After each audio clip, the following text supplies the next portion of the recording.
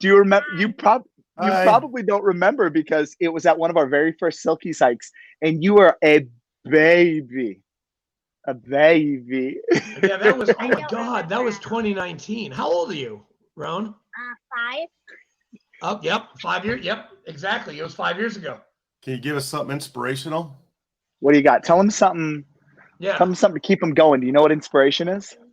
Like, if you're having a bad day, what do you say to people if somebody's having a bad day?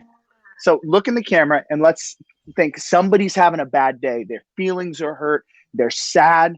What would you tell them? Look right here and tell them something. I have no idea. Okay, let's see. What have we been working on? We've been working on. Oh, that's my phone. Hold on. Let's silence this. Have we been working on the Lord's Prayer? Yeah. Okay. So what do we always say when somebody's sad? They just need to pray, right? All right. Can you do the Lord's Prayer? All right. You ready? Go ahead. No, you didn't. Our Father. Who art in Our heaven. Father who art in heaven, hallowed be thy name. Thy kingdom come, thy will be done on earth as it is in heaven.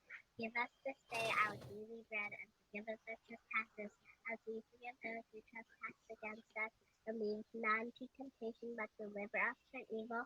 For thine is the kingdom, and the power, and the glory, forever and ever. Amen. Amen. Oh man, dude, Roan, you're making me cry right now. I know, awesome. man. Oh my gosh, I'm so I bad. didn't even know that at 5 years old. It took me at least until 7 or 8 to learn the Lord's Prayer. That's good job. God bless you. Oh, you tell him Jesus loves you. Jesus loves you. Yes. Yes, he does. Yes, he does. What's amazing, guys, is her memorization is so much better than mine. Like when I'm giving a speech, I'm like 2 weeks of memorizing like Yeah. anything and everything. I think, Mom went over that twice with you, and she just belts out the Lord's Prayer. Like the girl's doing great. Okay, So Roan, can you? the next homework assignment for you is the Nicene Creed. That's the next thing that you need to memorize. Say Yes. We'll work on it, right? We'll work on it. It's a You hard say- one, but you can do it. I have faith in you. You say, have a good night, chaps. Have a good night. Good night. All right, We baby. believe in one God, the Father Almighty, creator of heaven and earth. See? All right, I love you. Just start small. I'll take this, okay? All Good right. night. Bye, Roan. Wow, dude. I know, I guys. tearing up with that, man. I know. How insane is it? Like, you saved the door. Good job. We've got right now. It's kind of crazy. So, I'm outside right now because Yes. Claire is putting down the baby. And so I was like, okay, well, I can't do any studio stuff inside. So I grabbed one of the lights and I was like, okay, well, we can just set up outside. I've got enough blocking. So when Rowan goes to bed, so Mom's going to come out, take Rowan downstairs, put her to bed, and the mom will officially get 30 minutes by herself. Like, bless the woman. She needs it. Yeah. I mean, dealing with you, yes, you are like a ball of energy and you're drinking Man. wine. So you're going to be Listen, off the rails tonight. I'm sorry, guys. Yeah, you're good. You're hungry? Okay, have one more applesauce, okay? Oh, applesauce. Can I have- Ooh, that sounds good. Just have one applesauce, and that's all you can have, okay? Dude, you are such Think a of what's good dad. I'm trying, but You are it's such a frustrating good sometimes. dad. You can have one applesauce, and then you've brushed your teeth. You're all sorry, everybody. You've You're brushed good. your teeth. I'll tell you what. Hey, ask Mom when she comes everybody out. out there, this is how parenting is I need you supposed to go be. sit down, okay? You can have one more, and then you got to brush your teeth again, and that's See? it, okay? Sleek did that with his kids. You're doing that with yours.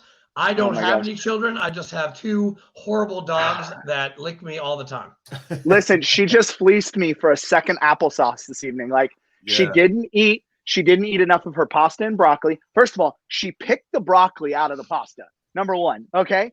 And then she ate half of the pasta. So she knows she's smart, right? She's a little salesman. Yeah. That's the thing about kids, right? They're the world's greatest salesmen. Oh, They're able yeah. to get in there and just get exactly what they want, because what they're going to do is they're going to convince you. They have it's life or death if they ability. don't sell you. Yeah. So they sense fear. I'm telling you, my youngest, I'm scared of her. Little Everest, like, she's as tall as a mountain at this little compact size. She's 18 months, and she's the kind of girl that I swear, like, she'll cuddle you, and when she's done, she's gonna be like, all right, get off of me. I'm done. I've gotten what I needed. So Well, that sounds familiar. it's what we need, though. We need that. Yeah, You just so I need that apologize. 18 seconds of Yeah. being held and then go Give away. me a snuggle. But I apologize. I wish I was like more masculine and manly for you guys tonight, but I'm afraid of what beer to drink, what you're gonna get canceled if you drink. Ain't nobody canceled wine yet. Listen, I gotta look. No. I'm Perfect. that lower enlisted, but we can still have a little bit of class, right? Yeah, actually, that's really funny that you mentioned that, because I was talking to our past state commander, who is now the assistant adjutant general of the VFW, Brian Walker. Yeah. Sorry to mention his name, but he's like, "You're drinking Bud Light?" I'm like, "No." Are you in the Navy? I'm like, "No, dude. Seriously, Oh. man. I've heard that 4 times already this week in the Navy." I gotta tell Bud Light. people need to get a little quicker with their comebacks. Like, you know, here's the thing too, at the VA, right? So I just tore my Achilles, like shit. 11 weeks ago. It's the silliest thing. So let's start there. So one, I'm a pretty in shape guy. I tore it dancing really in a lounge guy, in Vegas. But we're getting old. But here's the thing. So I'm at the VA now doing PT, and I'm getting in trouble because listen, I'm a clinic director. I'm a healthcare director. I'm a nurse, so like I'm running a men's health clinic. I specialize in testosterone replacement therapy. I told Fleek about the men's health clinic. I didn't know you did all that other stuff. Dude, we need to talk, man. I'm literally tired all the time, man. Is that testosterone? Listen, it could be a lot of things. So the only way to tell is to get your blood tested. But here's the thing: we're covering all topics tonight. So the thing, dude, we're fucking squirrels tonight. Okay, we're all over the place. What? Yeah. So here's the deal with testosterone, right? So military in particular, what I see is the cortisol levels, right? The stress levels. The amount of stress and cortisol that we produce at a consistent level will absolutely destroy the endocrine system, your testosterone system. The other one that I didn't understand, it was when I got out, I actually started having issues. You know, obviously we all struggle with a little bit of mental health. One. So the other issue, I was actually losing my erections at 23, 24. Like I wouldn't wake up with morning erections. It's a sign of erectile dysfunction. And so if you think about it, I went in and got my levels tested at 30. So I started having issues at 23. Mm-hmm. Well, TBI, right? So I'm not a combat veteran, and we'll talk about that in my story here in a little bit, but I'm not a combat veteran, but I shot rockets in demolition, right? The constant repetitive 51, baby. 51, baby. 51. But that constant repetitive head injury damages the pituitary gland. Pituitary gland's the main system that controls your hormone system. So I got it from cortisol, and you've got it from this. So my big thing I tell you is hit me up. Maybe we have a clinic near you. If not, we'll get your levels checked, and you can just contact me, and I would love to talk over that. And if anybody has any questions, find me on Instagram. It's going to be the easiest way. It's Alex_Bratt, and we'll have a link there, and they'll tag me and all that stuff. But if you have questions, just reach out. I love anybody being better. You know, I do motivational speaking. I do clinic directing. It's, you know, I'm here to help people. That's my goal, right? You know, and this is not far from what you were as an IW bigwig. Okay. I know. I wouldn't call me a bigwig. I got to sit in the room. Shut your mouth. You are a huge bigwig. You inspired me at the Black Rifle Coffee Ranch. Even before that.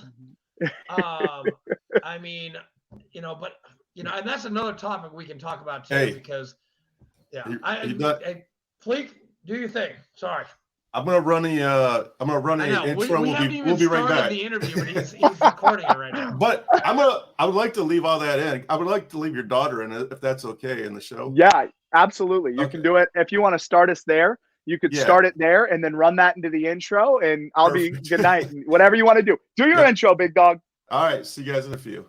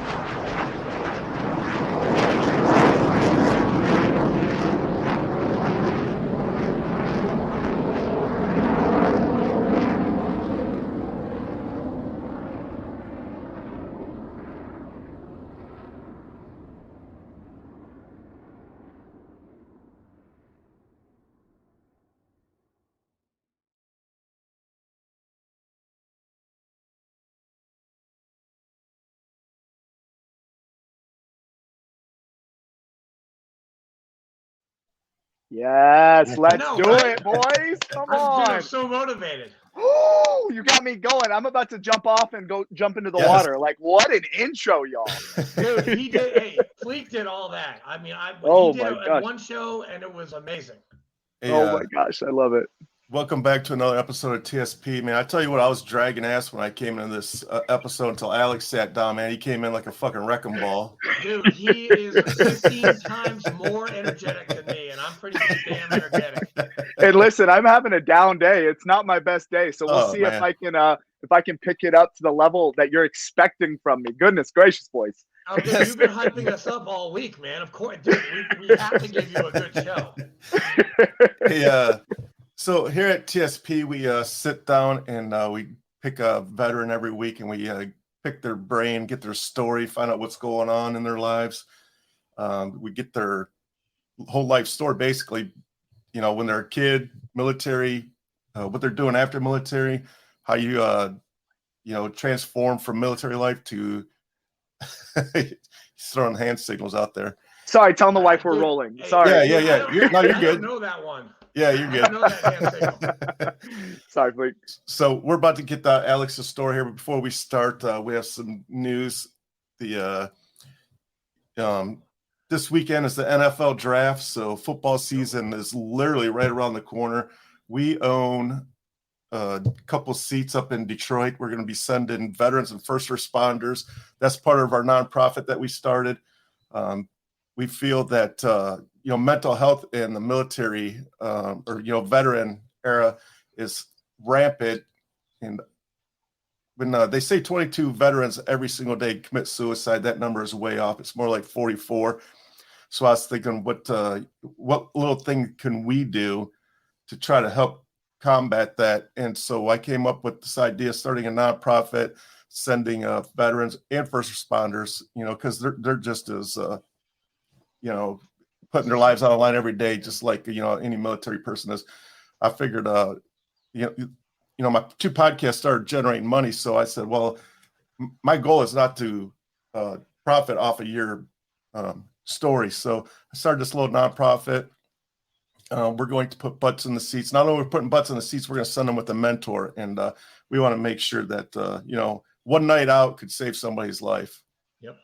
You know, I think it was back in the 70s, this guy left a note and said I think he was in New York, and he said, hey, if anybody stops and smiles at me, I'm not going to jump. But his goal was to walk like 3 miles down the road, get up on a bridge and jump off. He walked all the way down there. Not one person stopped and said hello or smiled at him. So he ended up jumping, and that's the note his family got.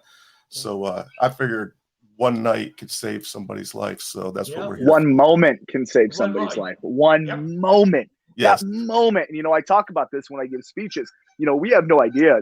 Day by day, people are fighting a battle that no one knows anything about. You know, I've been talking to a lot of college athletes right now, which has been a lot of fun. But I said in my last speech, I had a really great opportunity to sit down with the Nebraska track team. Great group, man. I'm loving these college kids because they're just right there where they're still moldable and they realize they don't know everything yet. You know, but I had said, you know, you have no idea that as you walk past someone on campus, especially these athletes, right? Especially here in Nebraska, we elevate these athletes. They have a responsibility to represent the state. They have no idea that just that one moment, saying hi to that kid as they walk past campus, as they're wearing their Nebraska gear or whatever gear it is, that can change their life.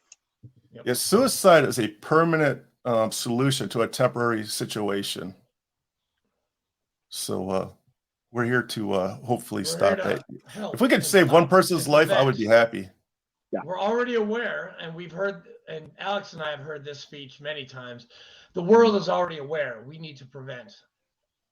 You know, it's the really hard truth that in the end, what I found it with my time with IW and talking to a lot of veterans, that it comes down a little different than what we learn in nursing school. So in nursing school, it's a little more, you know, get a contract. It's a little more beaten around the bush. Well, it has to be, you know, in that line and in that field. But what I found really worked when we were with IW is, hey, you need to understand this mission's not over. If you kill yourself, you're doing nothing but passing the pain on to another individual. So we've got to make a mission, right? If you have somebody out there right now and you're listening I know a lot of people turn it off after the first, portion of some podcasts. I want you to stick on this one because we're going to get really deep about a lot of stuff. But if I can give you one thing to take away, you got a friend that's wanting to commit suicide.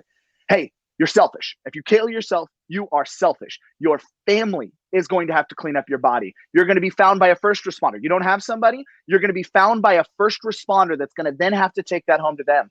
So place it on the veteran, wiggle it in. I've got my friends. I know how I can talk to them. I know my best guys from the Marine Corps, Jeff and Eric. I know how I can talk to them. I don't know how you can talk to your guy, but you've got to put the mission on them. It is a mission to stay alive. Yeah, I love that. Amen, man. And I'm glad you mentioned Jeff because I haven't talked to that guy since 2019. I know. We have, it's so hard, with these connections that we make in Irreverent Warriors and Marine Corps League and VFW and whatever organization or Hero Stock, something coming up here in Nebraska here pretty soon. Or, like my plug, shout out Jason. I'm coming. I know. You're Stock. coming? Let's go. And so no matter what it is, you've got to continue those connections. And it's just so hard, right? Because you're going to have these moments, like we talked about, these moments with these individuals. You have no idea how lasting that is. I mean, I'm friends with so many people on Facebook and Instagram, and just reach out, but we keep getting one-liners here. We're going to dig into some deep stuff. So go ahead. Sorry, guys. No, you're good. No, you're good. This is your show. We talk about whatever comes to fruition. And he's kissing more people. My kid's going to bed. Good night. Oh my goodness. Yeah. Listen, guys, when you have kids, it's fit it in when you can. When I asked them, they're originally like, well, what about this time and this time? I'm like, okay, hold on. Let me plan it out. Okay. This one goes to bed at this time. This one goes to bed at this time. Let me check my work schedule. All right, cool. 8:00. Let's do a late night one. So you'll have the Nebraska sunset. And it'll eventually go dark, but we'll keep the lights on for y'all.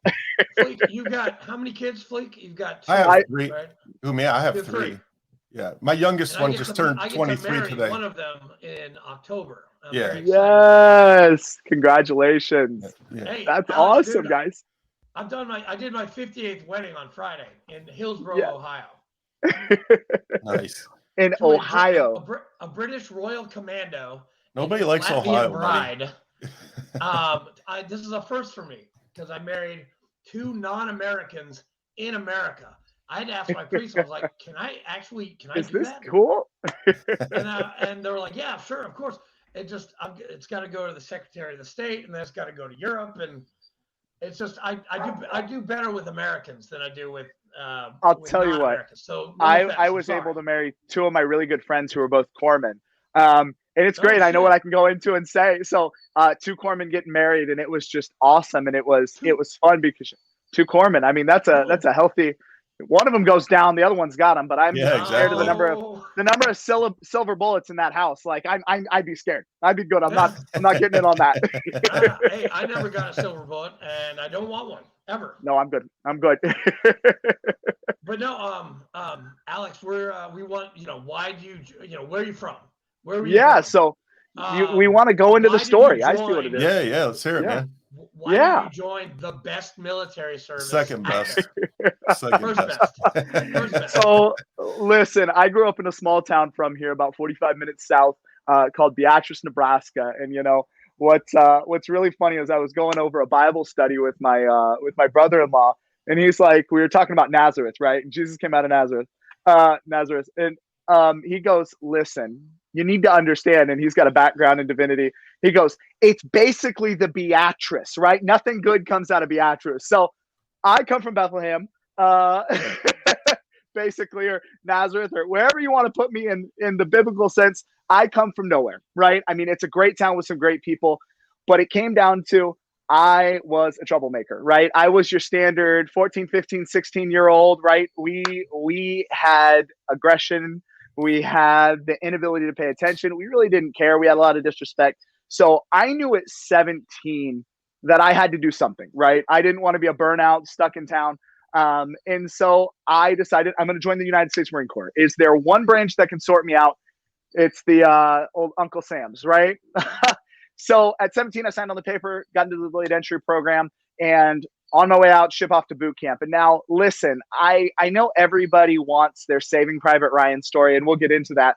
I am nobody. Listen, I was part of the Fantastic Four, right? People tell in the Marine Corps I did this. In boot camp, I was part of the Fantastic Four. The four biggest turds, and we were the ones with the most attitude. So if one of us messed up, we all messed up. And so we would get smoked daily. I lost like 40 pounds in boot camp. But listen, I respect everybody's service, but I had a non-infantry team of drill instructors. So all they cared about was marching and making honor platoon. And I was like, can we just go PT and like shoot rifles? Like I joined the Marine Corps for the infantry. Like, yeah, I was almost a drill waiver. I'm like, I'm not shocked, guys. Like that's not me. Can we just move on to the fleet? And so I am just this dirt bag. But what's the funniest thing is I had one of the highest rifle scores in 2174. Shocking that I still know that. I had one of the highest prac scores. So I actually went up for company smart man and ended up getting beat out for that. But so the things that didn't matter, and I think that's the thing that frustrated me the most about the Marine Corps, right? You know, there are a lot of things that didn't matter, and I joined to do one thing. So I get to the fleet, and the pattern kind of continues, right? You know, I've got Jeff and Eric. They are the golden children of the 0351s. And I'm good when we go to the field, right? Like, and I was never the one that was like, yeah, I'm going to be a leader. I don't even know how it ascended to it now, but I like to go out to the field. And when we were in the field, I performed. And when we needed to hike, I threw it on my back. And when we needed to run, I was faster. And they were much stronger than me, much bigger than me. I was a scrawny little dude. But when it came down to go time, I was there. I was a great shot. And so it progressed through. And for those of you that don't understand the Marine Corps or don't know what a MEU is, when I went in, I thought, oh, I'm in the infantry. I'm going to combat. That's why I joined the Marine Corps infantry, to go to combat. Hey, we're going to go to Iraq, blah, blah, blah, blah, blah. Well, it turns out we're going to the 31st MEU. So we're going to go to Japan. So my very first deployment, we go to Japan. We spend time. I'm like, okay, cool. I think of the Marine Corps like freshman, sophomore, junior year, right? You know, so my freshman year, I'm like, cool. We're going to go to Japan. We're going to warm up. We're going to learn a thing or two about the Marine Corps. I'm going to get in better shape. And then we're going to go to Afghanistan, right? Maybe we'll do that. So we get back from our first deployment. Hey, gents, we're going to Afghanistan in 20 days. Tell every human being you know. So I'm on the phone 5 days later. Oh, well, you know, actually, your group is going to stay behind and train the new guys for our next deployment, which is for sure combat, right? So we move on, and I think, okay, the next one's going to be, well, sure enough, they send us back to the jungles. Okay, listen, not for me. And in the meantime, I have a little training accident. I was fast roping, and I was always a hot dog, right? Like you can understand that in my personality. So when I come out of a bird, like I'm flying, I'm enjoying the ride. Well, in Japan at night, similar to what we have here, you get dew on the grass, right? Well, I hadn't hopped on the rope in like 2 hours, not thinking that the rope had gone up and down and up and down in the jungle, and that rope's wet. It's also been worn in from people doing it all day. So on our second deployment, I actually just lawn darted. I mean, I came out of this bird hot. I was ready to go. And I'm like looking down, like, oh, I can't stop. And I stop. And I land on both my feet, and I bounce straight up, and I come down, and I'm like, well, training took over. I know people are coming down. So I roll and I hop off, and I'm like, golly. So I go to BAS, and my foot is this one, and I'm convinced I broke my ankle or something. So we get on ship in a boot, like on crutches. I'm climbing stairwells on ship. Spend basically the entire deployment injured until we get to the point where the tsunami in 2011 happened.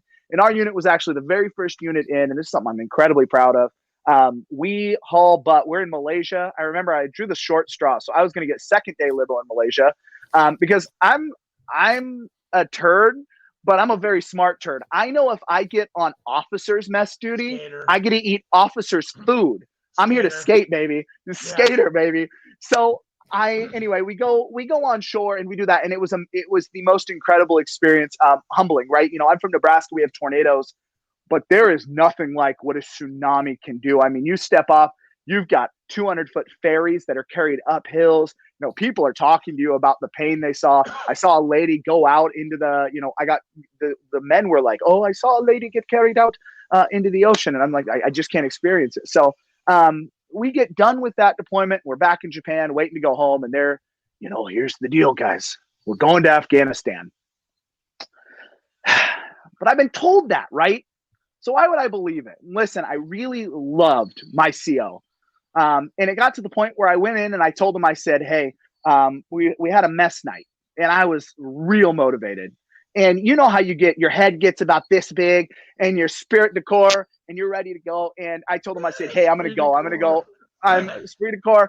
I'm going to go talk to the career planner, and I'm going to see what I can do. I'd love to go with you guys. I start signing the papers, but I have this feeling come over me. I'm like, there's multiple things. One, is this really going to happen? You know, you guys know how much you can trust the people above you. Yeah, there's a good chance. I know some things that happened, but is it going to happen? And I get this sense of, I'm going to be honest, probably sense of death, right? You know, I'm like, well, this is real. I'm injured. The body's not doing what it used to. You guys know how it gets to that senior year in the Marine Corps, and you can't hike the plates anymore. You can't hike the extra gear. You know, a machine gunner goes down. You can't throw something over your back, a base plate on your chest helping. You just can't anymore. Nope. And I just had this feeling of, I got to get out. You want me to fireman carry? No, I'm not going to do that. Yeah, you just, the body is different. And so we had an opportunity to be combat replacements when we got back. And I was like, I'm not ready anymore. And so I make the decision to get out. And it really came down to this. On my last weigh-in, I had one signature left. I had to get weighed in. And I was wearing green on green, but I was wearing green sweatpants. And I got yelled at by a Master Guns for wearing green sweatpants instead of green shorts. Oh, the Master Guns, I'm just trying to join and like go be all I can be. Hashtag Army. There you go. I get a little shout out for you. Rangers lead the way. But I was like, Master Guns, I just want to do this. Go back to my room. Go work out. Screaming at me. And I'm like, that's it. Like, this is the final straw. So I get out. I'm on my way out, and you know what happens? A buildup, right? My boys start going to buildup, and I have to watch them go out to the field and come back, and go out to the field and come back. And I'm watching their eyes, and I'm watching how they're tired. And reality sets in. They're going to go to combat, and some of these guys might not make it back. And it's too late. I can't do anything. So I get out, and I'm sitting at home. And sure enough, National Geographic covers my unit, 2nd Battalion, 5th Marines Golf Company, in a show called Battleground Afghanistan. Right. 2-5 Golf Company. I forgot you were 2-5. Damn. 2-5, baby. I'm real proud of it. I'm not part of the combat generation, but I'm sitting at home watching my boys at war. And the guilt gets real. And I'm going to tell you the hardest part that I actually just said in a speech for the very first time a couple weeks ago. I might have been a little bit of a dirtbag, but when we were out in the field, I knew what was going on. Okay. Did I really do everything I could to train my junior enlisted Marines, my boots, if you will? No, I didn't do nearly as good as our seniors did. You know I'm just a part of that, but I don't feel our team did everything we could have done to train our junior Marines as well as we were trained. You know, we never did mount with them. We never learned I'm up. He sees me, I'm down. And now I have to watch them on combat. So I've got the guilt of telling my CO, Captain Mindorf at the time, who is an amazing leader. I'm going to want that story here in a little bit. No, Tell Captain Mindorf, he's amazing. He's amazing. Yeah, an amazing leader. Yeah. He's amazing. And, you know, I had individual skirmishes within my unit of like not having trust. But Captain Mindorf, you know, I told him, hey, I'm going, sir. I told my junior Marines, hey, I'm going to go. And then I'm the coward that backed out. So the pain gets real, guys. The pain gets real. You know, I'm drinking myself to sleep every night. I'm hiding it from everybody because even though I'm telling people, you know, oh, I'm fine. I'm suffering with pain. I don't tell my parents, who I know, my mom and dad, I can tell them anything. I could have gone to them with anything and they would have anything I wanted to do. I went to the VA and they tried. Listen, I will never bash the VA. They tried, but I'm smart. So I can manipulate the system to be like, oh, I'm fine, and pass their tests. Oh, no one can pass this test. I can pass this test. I know, I see in the test what you're looking. So it gets to the point where I'm crying every night and I actually pull out my gun. Man, this is a podcast. I wish I should have brought it out. I never can bring out the gun. It's under my bed right now and it defends my home. And I put it to my head and I thought so little of myself that I couldn't pull the trigger. So I put the gun case back away. I cried myself to sleep and I lived to fight another day. About a week later, we flash forward and I'm in nursing school at the time. And for anyone that doesn't know nursing school, it's incredibly difficult. I would rather go into the Marine Corps again than go to nursing school. So I've got the stress of nursing school, the guilt of these boys. I couldn't even finish the episodes. I'm sitting down and I'm watching an episode and I begin to bawl uncontrollably to the point that I can't control it.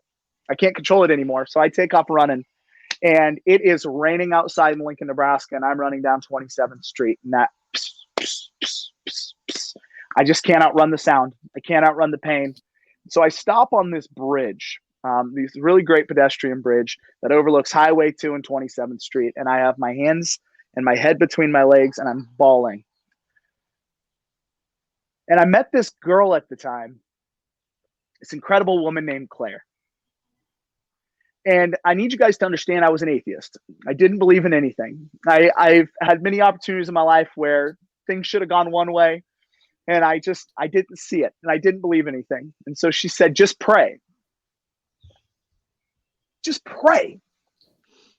And I shouted, as I'm texting her, that's the dumbest thing I've ever heard. And I chucked my phone down the bridge, and I said, fine. God, if you're here, I need you now. This rush came over me, guys. I'm telling you, this rush came over me. My heart is racing right now. This rush came over me, and it took this pain away, and it gave me this incredible moment of clarity. And it was the scariest thing. I'm telling you guys, it was the most scary, moving, emotional, incredible thing. And it gave me this moment of clarity. And I said, okay, shit. Nice to meet you, God. I got to do something. And so I realized I had to do something to help other people like me, right? We are mission-oriented people. What do we need? We need a mission. Okay, I am down. Okay, I can do nothing about what happened in the past, but I can push forward and I can help other veterans. And about that time, this guy named Donnie O'Malley was starting this organization. Donnie, this is for you, buddy. Shout out the beginning, the San Diego hike. And I believe they had the Texas hike, and we were 2 hikes in, and I said, I got to do something with this. I don't know what it is, but it's right. And at the same exact time, again, guys, we're talking about God working moves in our life. At the same time I was at the VA, I met a man named Lyman Garrison, 2nd Battalion, 5th Marines, right?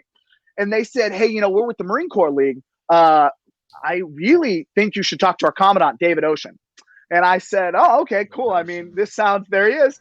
And I said, I don't know. Yeah, sounds good. Not really for me, because we all think that these clubs are, the old guys in a room, and some of them are, but they want you. They need the young blood to come in and be like, this is what we want. So they brought me in, and they needed my help to do a couple things, but they ended up making me a state director in my 2nd year. And they said, I think it was the junior vice commandant.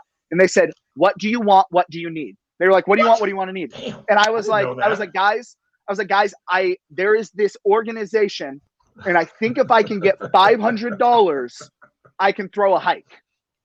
And so without even knowing what we were doing, I messaged Donnie. And guys, at this time, for those of you that know Irreverent Warriors, this is the gunslinger days. Like, there was no SLPs. There was no plan. They had a couple people. I believe her name was Allie. You had Tamara down in the South. Donnie was like, here, talk to these people, see what they do. And so we kind of had to learn how to throw a hike all by ourselves. And so you have no clue. I don't know what I'm going to expect, the libo risk that most of these people that show up are going to be. But it came down to this guy. Hike. Yeah, every single hike. It has gotten so much better with the organization changing since we've come on. But listen, in those early days, those first couple years, it was crazy. But it came down to this, and then I'll end my story because I'm very long-winded, guys. It came down to this. I had one of our members of the Marine Corps League. He texted me and my buddy Jacob Fry and Robert Burks, my guys there in the beginning, and they said, hey, there's a Marine alive. I talked to a counselor at the VA, and he reached out to me. He said, there's a Marine alive today with 3 kids because of your event. And I knew in that moment that I couldn't stop. I couldn't stop. And so gets us to where we are today. It ended up being I ended up making it as a, regional director and helping throw some hikes in the Midwest and traveling. And then they ended up needing somebody to be a PR director. And so I didn't make it that far.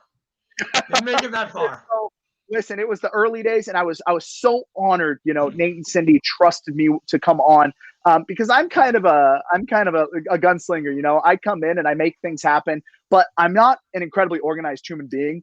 I'm a lot of mind, right? A lot of what you get with me is my mind and my ability to kind of assess through situations. But we had great people like Nate and Dan, Dan was kind of our SOPs guys. And so we were it was the Oh, coolest man. thing. We were able to rewrite all the SOPs, and our mission was basically, how can we make this a stable thing, right? Something that's going to be around for 10 years. So, it's been incredible. And it came down to over the last, SOP is like that big. I know. Now. It was like Thank one you. or two pages in the beginning. And so now we're getting to the point where it all culminates down to this. I have decided that it's on this side. Motivational speaking is what's next for me. I have a great career with an amazing organization helping men and women with testosterone replacement therapy. But there was a hole, right? When I took this job, I had to step down from Irreverent Warriors, and there was this incredible hole missing. I'm not helping people. So it culminated to we were being honored at the Nebraska football game. And so we got to go to a practice before. And I wrote a bio, and I was like, hey, guys, I do a little motivational speaking because I talk to veterans, and I've been a keynote speaker, and I've spoke, at different hikes and talked to a bunch of people. And about 20 minutes before we meet the team, right before we're going to go to a tour, this wonderful woman says, hey, would you give a speech to the team?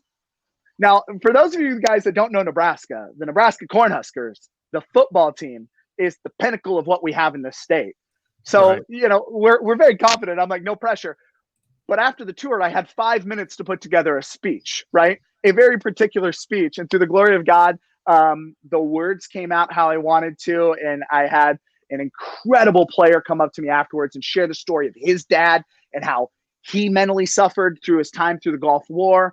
And it was just an incredible opportunity. I said, there's something here. So now what we're doing is we're just touring the circuit. I don't know what's next for me, but we're going to talk to everybody and anybody that'll listen. And if we can save one life, we're going to do it. I say something at the end of every one of my speeches, and then I'll let you guys talk. I'm sorry.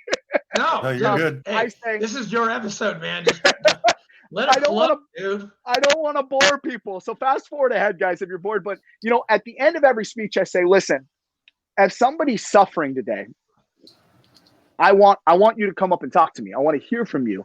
If you need a hug, I want to give you that hug. I will not let go until you do. And It's so, a good at hug, the end by of the way. it, I'm a big hugger. So you find He's a me in big the hugger. streets. But this, I get a couple players, a couple of these track athletes, and at the end, I see a girl with her head down, and I get to the end and I look like this, and I go, "Are you my one?" And she just comes unglued, and I grab her and I hold her, and I'm holding her for 5 minutes, and she is just a sweetheart. And I'm holding her, and you can feel her go from this tightness to just loose. And it was listen, there's nothing more moving. Helping one people, and I had one person, and I had 5 athletes reach out, and so that's what we do it about. So back to you in the studio. Hey, I have a question about Nebraska football. Oh God, Yeah. no, come Let's on, do man. it. Come on. No, Yeah. do That's it, for buddy. the Let's go. nosebleed report. Hey, All right, shut up, go ahead. chaps. All right, go ahead. Go ahead. Have you ever met Damian Jackson? I have not met Damian Jackson. Damn. He had just transferred out. I was in a really weird time. I was with our interim coach. I was just after Damian Jackson, just after Scott Frost. We had our interim coach, and now we've got this guy, Matt Rule, guys. And I'm telling you, we're drinking the Kool-Aid down here. He's a Christian. He seems like an incredible leader. We're really excited to see what's going on.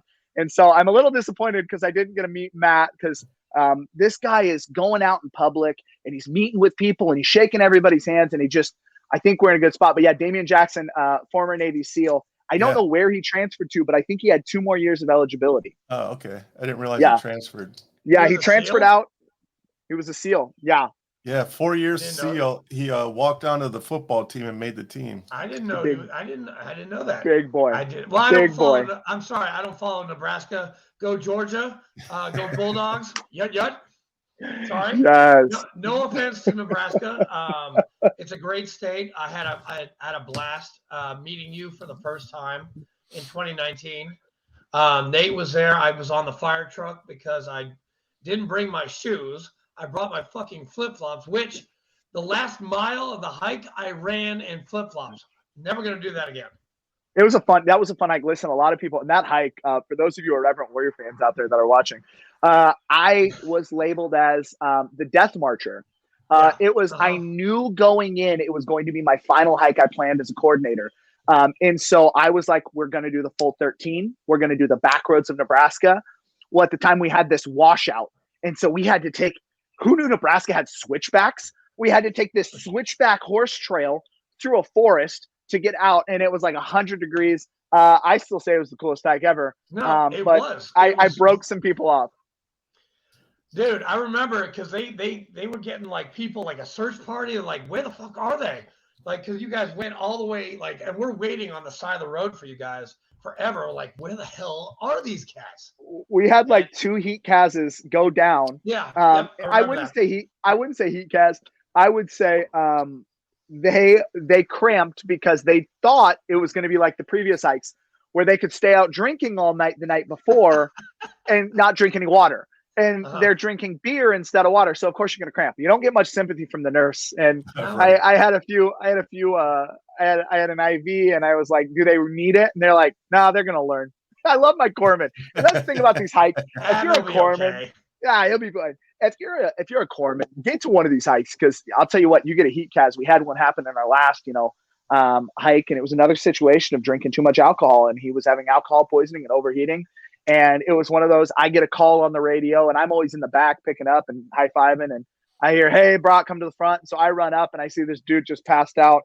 And I grab 3 bottles of ice water and I pour it all over his groin, his armpits, his head. I slam the door and I say, go to the hospital. And so it's fun. If you're a corpsman, you will, and you miss those good times. Occasionally you get something silly happening.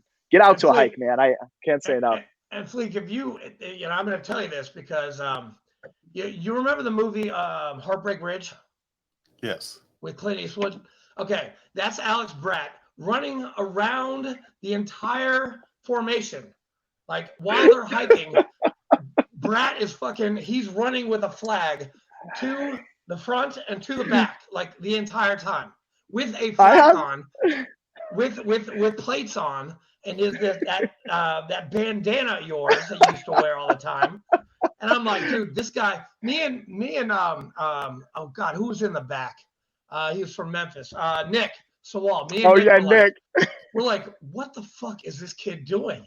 Why is he running so much? This is supposed to be like 2 miles an hour hike.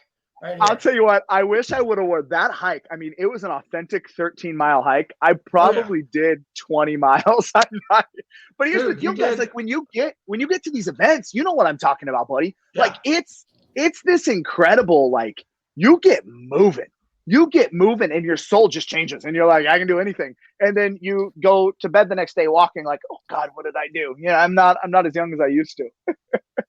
And you left and I left because I found I needed to be at the VFW and be their chaplain. And I've been the chaplain for 3 years now. And I feel bad, but I made a pact that I will be going to hikes starting September. I am going back. I actually have to go to Jacksonville because I guess I won a prize at the IW Jacksonville hike and I wasn't even there. You know what's so funny is the important thing though to remember for those of you guys that are listening in and you have to move on from something, right? It's not about leaving. It's about moving on to what's next, right?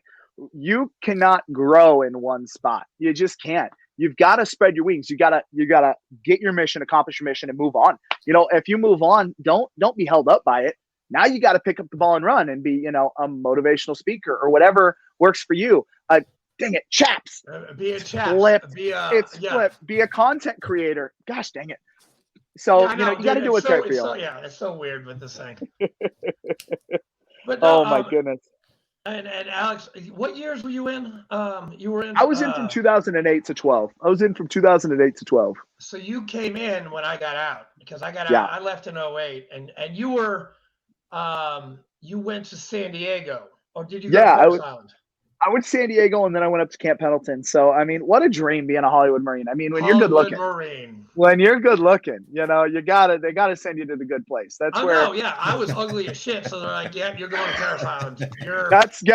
The sand fleas. Yeah. You gotta go. It makes sense now. Yeah. It's all making sense. It's funny. I actually, it's kind of popping into my head because I know we've got chaps. I see a cross up there. For me, I'm a motivational speaker, working on that. I don't know if I can call myself that yet. I've done motivational speaking. I like to say I'm a Christian speaker, but I'm not a Christian speaker. I get that. And we're talking about, uh, taking your lumps, right? And what we need to do and how we grow as people. And I actually, it's hitting me right now, and I'm just kind of getting. I have this passage. If you guys are okay, I've got it saved in my phone, and it's popping in my head. And so, for those of you that aren't Christians, I don't want you to turn it off. I don't want you to be offended. I'm a Christian that I will share Christian messages because it adds to my points, not necessarily to push Jesus on you. You've got to come to Jesus on your own. That's on you. I will never push that, but like my favorite artist, NF. NF is a Christian rapper, but he's not a Christian rapper. There's references to God and there's references to the Bible. And so what we're talking about here in this passage is 2 Corinthians. Corinthians is my favorite because one of the passages that I live by and what constantly is in my head is, for we walk by faith, not by sight, in 2 Corinthians. But, so when I really started diving into the Bible, this hit me. And I want to talk to you about guys that are taking their lumps. And so we're talking about Paul writing to Corinth. Think about it as today, right? If Paul wrote a letter to the church today, it would be a much longer letter than what was going on then. So, Paul was not a boastful individual, right? But there's this group in Corinth that's challenging him. And I just love this line. And I want people to remember to be humble, but understand what they're going through. And chaps, let's see if you know this one. And so it's, whatever anyone else dares to boast about, I am speaking as a fool. I also dare to boast about. Are they Hebrews? So am I. Are they Israelites? So am I. Yep. Are they Abraham's descendants? So am I. Are they servants of Christ? I am talking out of my mind. I am more. I have worked much harder, been in prison more frequently, been flogged severely, and been exposed to death again and again. 5 times I have received from the Jews the 40 lashes minus 1. 3 times I was beaten with rods. 1 time I was pelted with stones. 3 times I was shipwrecked. I spent a night and a day in the open sea. I have been constantly on the move. I have been in dangers from rivers, in danger from bandits, in dangers from fellow Jews, in danger from Gentiles, in dangers in the city, in dangers in the country, in dangers at the sea, in dangers from false believers. I have labored and toiled, and I have gone without sleep. I have known hunger and thirst, and often gone without food. I have been cold and naked. Besides everything else, I face the daily pressure of my concern for all the churches. Who is weak? I do not feel weak. Who is led into sin?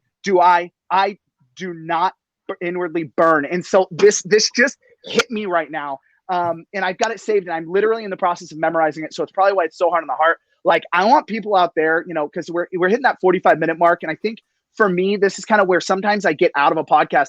And before anyone has a chance to leave, I want you to know you're taking your lumps right now, right? Because we're talking about mental health right now. You're taking your lumps. But listen, you need those lumps. Without those lumps, we cannot become what's next. We can't move on to what's next. And now you've got me in my motivational speaking zone, and I want you guys to hear something from me real quick that I say in every single speech. So please listen up, share this, screenshot this video, record this. Listen to me. If you're somebody out there suffering right now, okay, and you feel like you're buried, okay, you feel like the earth is caving in on you, and you're feeling like you're buried. You're not, guys. You're not buried. God does not bury his children. He plants us. And it may seem like you've been down there a long damn time. It may seem like you've been down there for an eternity, but you're growing roots. And you need to understand that roots take a while to grow. And the longer the growth season, the stronger that stalk when you burst through that soil, and not a darn thing is going to take you down. So before you turn out tonight, I need you to know you are in a growth season. So please continue growing, guys. And if you want to continue listening, I'd love to have you. We're going to dig even deeper. But before you go, I just need you to just hear that message before we move on any further. So sorry, guys. I got pretty preachy and pretty inspirational there. That was powerful. Hey, thanks be to God. It means so much. Yeah, praise to God. And it's, again, if you're not a Christian, we're okay with that. Listen, we'd love to talk to you. But this isn't about Christianity. Again, I speak Christian portions, but listen, if you're having struggles, there's a lot in there that can help you, and a lot we know. So reach out to your local chaps. If you've got someone. Alex, I gotta say, man, I'm kind of moved. You sound sorry, y'all. I'm sorry, y'all. No. You sound kind of like my priest at St. Paul's. Very motivating and very inspirational. And did you ever consider joining? Wearing the black shirt, the white collar, the robes, See, us Baptists, we get to wear jeans to church. So yeah, I know. I want to be a Baptist. I'm an Episcopalian, so we had yeah. Listen. I love Deion Sanders right now, right? And here's why. I don't know if you've any of it dug into Deion Sanders. Dude is a cocky SOB. Yeah. So listen, there's this interview that Deion does, and he talks about God, and he's getting all this flack for talking about God and his Christianity and his faith. And he references how he wasn't called to the pulpit, but he was called to talk to other people. He was called to share the message in the streets, in the club, I think he even said, on the football field. So, if God shows me that's my path, man, it's going to be hard to pick up my cross and go there, because selfishly, that is some hard stuff. And I'm really fresh in my Christian journey. I'm only, you are. I got baptized this weekend. You just got baptized the other day. Yeah, and I did. So listen.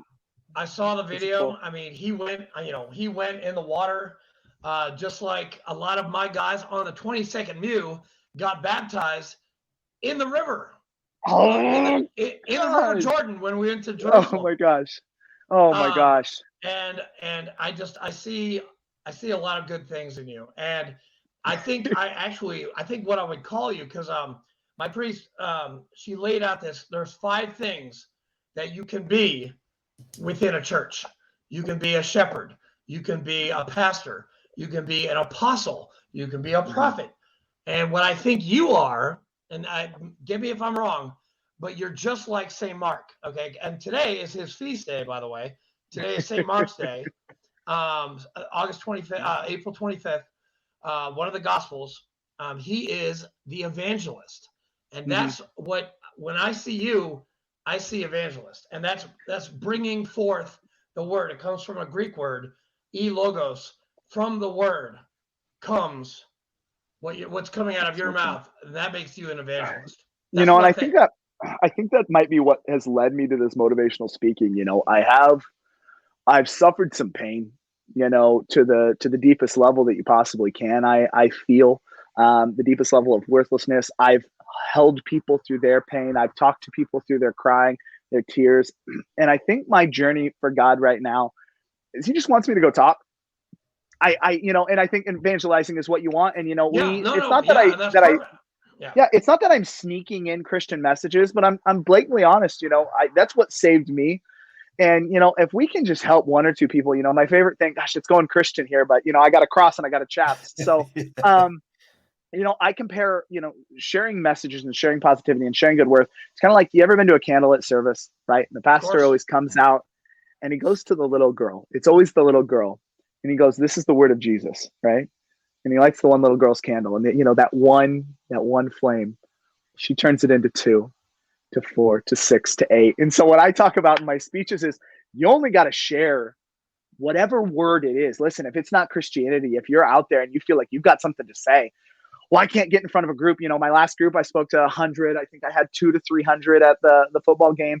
I've spoken to rooms of 2 people. I've talked to 1 veteran. I always say this, I'm here to help 1. All you got to do is help 1 person. You see someone struggling, we all go to the VA. Go say hi to a veteran. Go say hi. Get out of your comfort zone. I mean, again, it goes back to what we said. You could help 1 person, and just saying hi to them can save their life. And so, I mean, there's lots of encouragement with that. You don't have to be an evangelist. And look, if God forces me, oh gosh, you know how it is. You don't want to be forced, but if God forces me somewhere, you got to listen, no matter how hard it is. But I think, right now, what I want everybody to know is share your message, man. Come up with something that helps you and help other people. For my daughter, we did it before we came on the show. I don't know if it's going to end up in here, but she just knows the Lord. Yeah. Oh, good. Oh my gosh. So my daughter, guys. Dude, we've never had that on the show before. That's the first. You're the first. Man.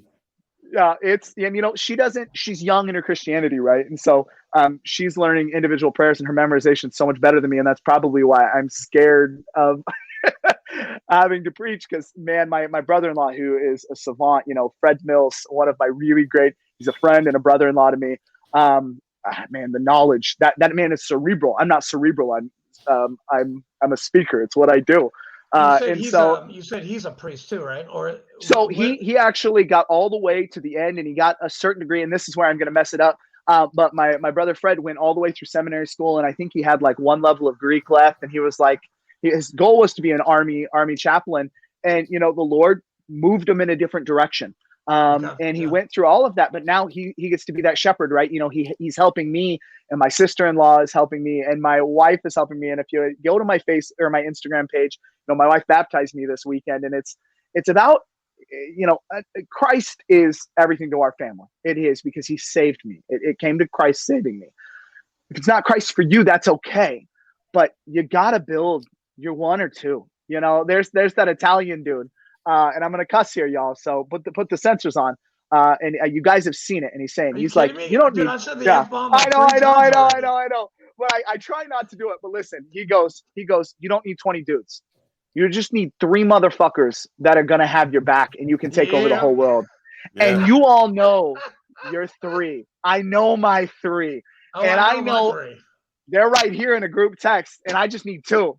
I need my 2. I'll throw my wife in there for my 3rd. I need my 3.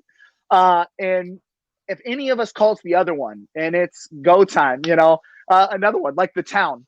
I can't tell you why. I can't tell you where, but we're going to go somewhere and we're going to hurt some bad people. And he responds with, whose car we taking? Like, you've got to have your group, y'all. Find your 1, your 2, your 3, and that's all you need. And share your message with them, man. Reach out. What's your wife's name? Claire. My wife's Claire. Claire. Oh, and my goodness. Please tell Claire I say hi. I haven't seen her. I wonder if she's in jammies. Yeah, what's funny is after you have kids, it's pee and jammies and go potty. So I doubt we're gonna get her out here, but I will be sure. Tell her I say hi, and you and her husband is doing a fantastic job.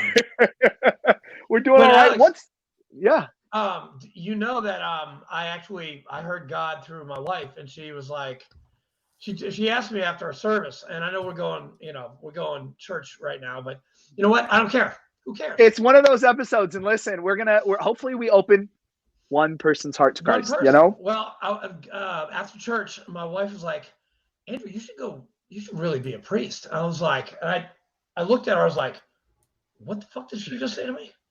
And I actually petitioned my priest. I did the application, and I get to go meet the bishop next February. Wow! Don't drop the F-bomb at the bishop. And he gives me, he's going to have to give me one of these or one of these.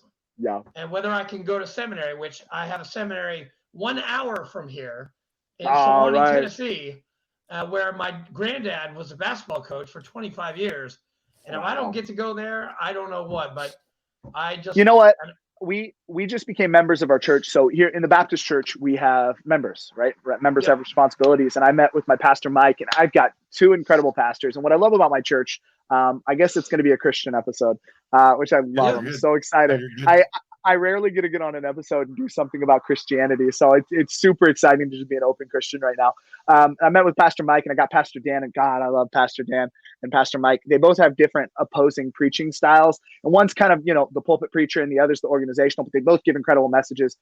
Pastor Dan is like that true Southern gospel. Like, he gets me going. And I made the mistake of going to the gym on pre-workout once, and he started talking about how we need to be militant Christians, right? Stand up for our belief systems, not junk food Christians. We need to be militant Christians.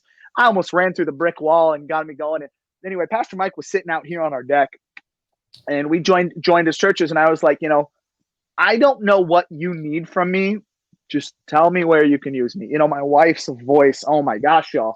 My wife's voice is just incredible. And so I think she's going to get, oh my gosh, guys. I literally, I'm hoping she's going to get on the worship team. And I'll tell you guys, she has, oh my gosh, I'm going to do it. She's going to kill me. But she has this voice. Y'all, I actually have a folder in here. I won't play too much, but she can sing so many different ways. But she has this voice, and there's this song, Midnight Train to Memphis. I don't know if you guys know it. No, my gosh. Okay, I'm just going to play. I'm going to play just this fraction if I can find it. And so she's got this like raspy voice. And hold on.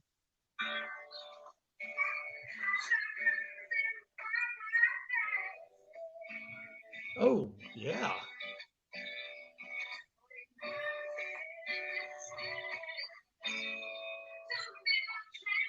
Oh. Like, Nice. I know Oh, yeah. she can sing, and I'm like, please, baby, sing. So, sorry, I have to shout out my wife, and so she's incredible. She like, have you been on her page? She did. Yeah, She did yeah. 30. She went viral and did 35 million views on a comedy video. What? Like the woman does everything. Like I am just this humble servant behind her. But Dude, where was she's it going a with this? photographer. She's a singer. She's, she A was comedy? the IW photographer I know. for the hike But- in 2019, right? but what we're bringing this all back to is I told them, where do you need me? And so I feel like for individuals out there, like these organizations, the VFW, the Marine Corps League, who else? Throw them out. Any of these organizations, VVA, IW, throw it out there. Hero Stock here in Nebraska. There's so many local events that are happening. They just need you. So if you're feeling a calling to help, or you're suffering, or you're not right, just join something. Get out there. Ask, hey, these are my skills. We in our church we talk about, what are your, kind of God-given skills? What are you good at? Me, I love my children, and I love some kids, but don't put me in the children's ministry. I don't have that much patience. You know exactly what I'm saying. Yeah, What I'm saying. I was a Sunday school teacher for 3 to 5 year olds, and no. wow, I did catechesis of the Good Shepherd level 1, and I was teaching about the mustard seed and Noah, and I was like, I couldn't get through these kids, and I'm like, you know what? Maybe I moved to the high school kids and getting ready for confirmation. Yeah, that's more my speed. Like the little tiny tigers that I used to teach in Taekwondo. Crazy. No, I can't take those kids. Sorry. Rick, what's your background? Huh? What's my background? Yeah, what's your background? I'm an IT guy. IT guy? No. Wait, which background do you mean? What do you want to know? Military Christian. I know we got the cross on the wall. Military. I know chaps. Yeah, I was in the Navy. I was the Air Boss's yeoman on USS Carl Vinson. So does that mean you get to wear cool colored shirts? Because the Marines don't know anything. We just know you guys have cool shirts. Did you get a cool shirt? Were you a yellow guy? You're a purple guy? No. I don't know what you guys got. I was an guy, green guy. Yeah, I was an office guy. Oh, cool, man. Listen, they didn't want me there. My ASVAB was too low. Wait, what did you get on your? Okay, hold on, Alex. What did you get on yours? And I'll tell you my score. So I think I got either a 45 or a 50. I got a 55. But oh my god, I got a 54. Nice. So I think it was a 55, but like being an assaultman, you have to have really high math scores. Yeah. So whatever my overall score, it was like 105, and you needed 100, and I was like, okay, cool. Let's the GT score. Mine was 105. GT score. Holy shit. Let's go. Wow. Hey, okay, wait. I got an 0351 question. Did you ever fire? Let's see, what's that round that it blows up and it burns? The novel explosive. It's so insane, guys. The theory behind this is incredible. So the novel explosive was actually created, I believe, by an Israeli, I want to say, don't quote me, an Israeli widow who was a scientist. And so it was designed to go into caves and implode caves. Well, what's really cool is you shoot the rocket and it hits first, and it looks like a cone, and it punctures through the wall, and it sets a timer. And that timer will explode, and aluminum will go in the air as soon as it goes in. Yep. And then a secondary charge will ignite, and it'll suck in the building. It's insane. No, they're like $10,000. They don't really have a range for those. Well, I didn't fire, but my assaultman fired one in Ramadi, and it was like, dude, it was the craziest shit I ever saw in my entire life. I was like, what the hell kind of weapon is that? Which, by the way, a little hard. For you guys, the assaultmen, they fire this thing called the SMAW, the shoulder-mounted what's it called? Weapon, assault, tank, I don't know, badass rocket. Anti-tank weapon or something like that. Yeah, something like that. These guys, these assaultmen, they're the breachers. They kick in the doors. They do the C4. They fuck shit up. Awesome. It's awesome. And I'm so sick of, I'm sorry, General Berger, I'm going to say this because you were my battalion commander in 2004, but now you're the Commandant of the Marine Corps. You got rid of assaultmen. Why? And snipers, right? And snipers and tanks and my battalion, which, by the way, is right here, 3-8, 3rd Battalion, 8th Marines. Right here on the nipple. Oh, my gosh. Yes, he got rid of his own freaking battalion. I'm like, we are the best. Like, we are one of the best war fighters. Now, 5th Marines, you guys know how to fight wars. 5th Marines, 6th Dude. Marines, 8th Every climb in Marines, place, literally. Every climb in place, climb in place. literally. Yeah, I mean, shit. You guys got the what's that thing you wear on your shoulder? 5th Marines, The French the Forge. French Forge. Yeah, 3 Yeah. 8, the 8th Marines. We don't get that shit. I mean, it's a California thing. I don't know. Listen, it's hard to be You have to be amazing. pretty. You know. Yeah, I don't know. We had some boys from Missouri, so I don't know about did pretty. you wear that at mess night? Your French Forge? Yeah, hell yeah. That thing was Okay, awesome. good. Nice. You didn't really realize, what's so funny is you don't realize how important things are until you get out. And you get out and you're like, oh, and everybody has that. I miss that. Well, listen, you don't want to go back in. Trust me. You don't want that. But there's so many things you miss. And like, I have my uniforms in one of my closets downstairs, and occasionally I'll just go look at them. One of them still has a PFC on it. The other has Lance Corporal. Nice. Because I was a grunt that was like too cool for the Marine Corps. Like, I didn't want to act like I liked it when it was really cool. My first sergeant said the worst thing to me when I got out. He said the worst thing. He said, you're going to be back here one day wearing your red hat. And I was like, that's not me, first sergeant. That's not me. Well, I want one of them damn red hats, and I want to go back and climb first sergeant's hill. And it's just, they're the worst. They know. Wait. First sergeant, what was his last name? Treadwell. First sergeant Treadwell. I don't know. All these names are sounding like there's so many. Was he ever at Camp Lejeune or anything like that? Here's the deal. You got to remember again. What did I say? I was the dude that just went out to the field, did the things. I really didn't pay attention to what was going on.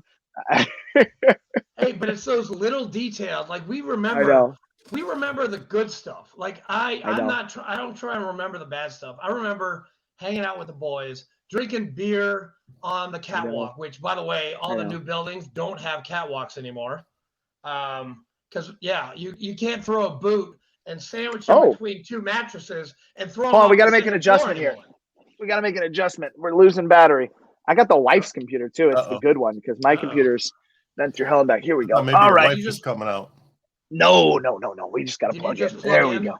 Yeah, we're good. Hold on. Let's move again. I'm sorry for the wine. But listen, anymore, you've got to be like, I don't want to look like an officer, but you got to be careful. Like if I'm drinking Bud Light on here, we've got Navy jokes galore going on. Like, and now like, I was like, well, a Corona. And then it's like, well, you support the South and you don't care about the Alamo. Like, I don't know, man. I just drink wine. Hey, easy. Mark Metzger is probably going to be watching this. And you just said that he is going to be at your house in a second. Listen, I hope he does. I miss that guy. He's incredible. I do too. I miss Mark. Hey, Fleek, this guy, Mark, dude, he's in Texas. He's a lawyer, and he is the scariest motherfucker I've ever seen in my entire life. He's dresses up as Jason. He went to Texas A&M. No, Michael Myers. Michael Myers. Yeah. He went to Texas A&M. He is an MMA guy. Dude, he's like 6'6", and he's the biggest Marine I've ever seen in my entire life. He's perfect. He's perfect. And he owns a castle in Galveston, Texas. Literally. A castle. That's where he lives in. He lives in a castle. No shit. Oh my gosh. I know. What else you guys got going on? What else is new, guys? Hey, I'm writing a cookbook. Oh yeah. He was telling me about that. Tell me about this cookbook. So it's one of your guests? All of our guests. So what I'm doing is it's going to be like half recipes and half inspirational quotes from my guests. So every time you say something good, I'm writing the times down so I can go back and take a look. So there's like a 99% chance that you're going to be in the book.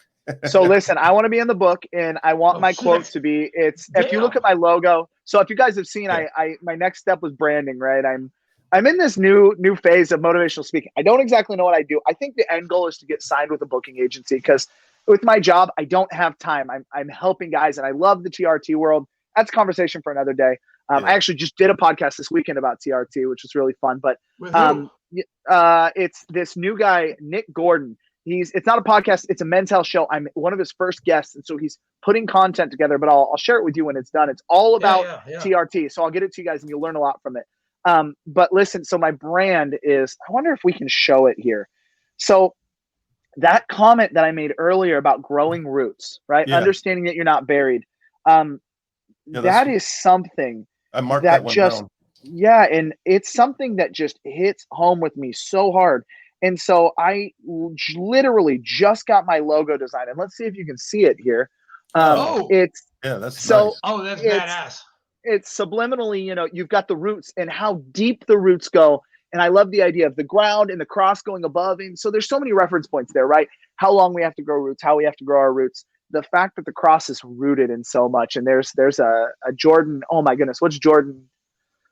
He talks about how the Bible is hyperlinked. And so it's, for me, it's all about symbolism, right? But if my quote is anything, it's about the growing roots, right? But here's the deal. The food is a runza. All right. Listen, it is a Nebraska delicacy, runza.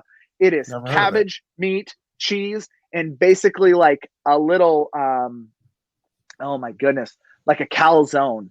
But it's a Midwest calzone. So I will get you the recipe. I want to add my recipe. It is a Wow. Nebraska delicacy. My mom, shout out to my mom. Love you, Mom. Keep crushing it. Thanks, Bratt. So, Are you okay? yeah. So mom's not doing so hot. And I actually just found out. I'll pray. Yeah, for her, please man. do. I actually found out just before this podcast. She had a really big meeting today, and lots. I didn't expect this to happen. Dang it! Lots of bad going on with her, but she's crushing it, man. And I just love her, and so I know Mom's gonna watch this, and I didn't want to do this, and but here we are doing it. You're making me cry right now. Anyway, I love my mom, and it's so funny, men and their moms, guys. You don't know what you've got until she's gone.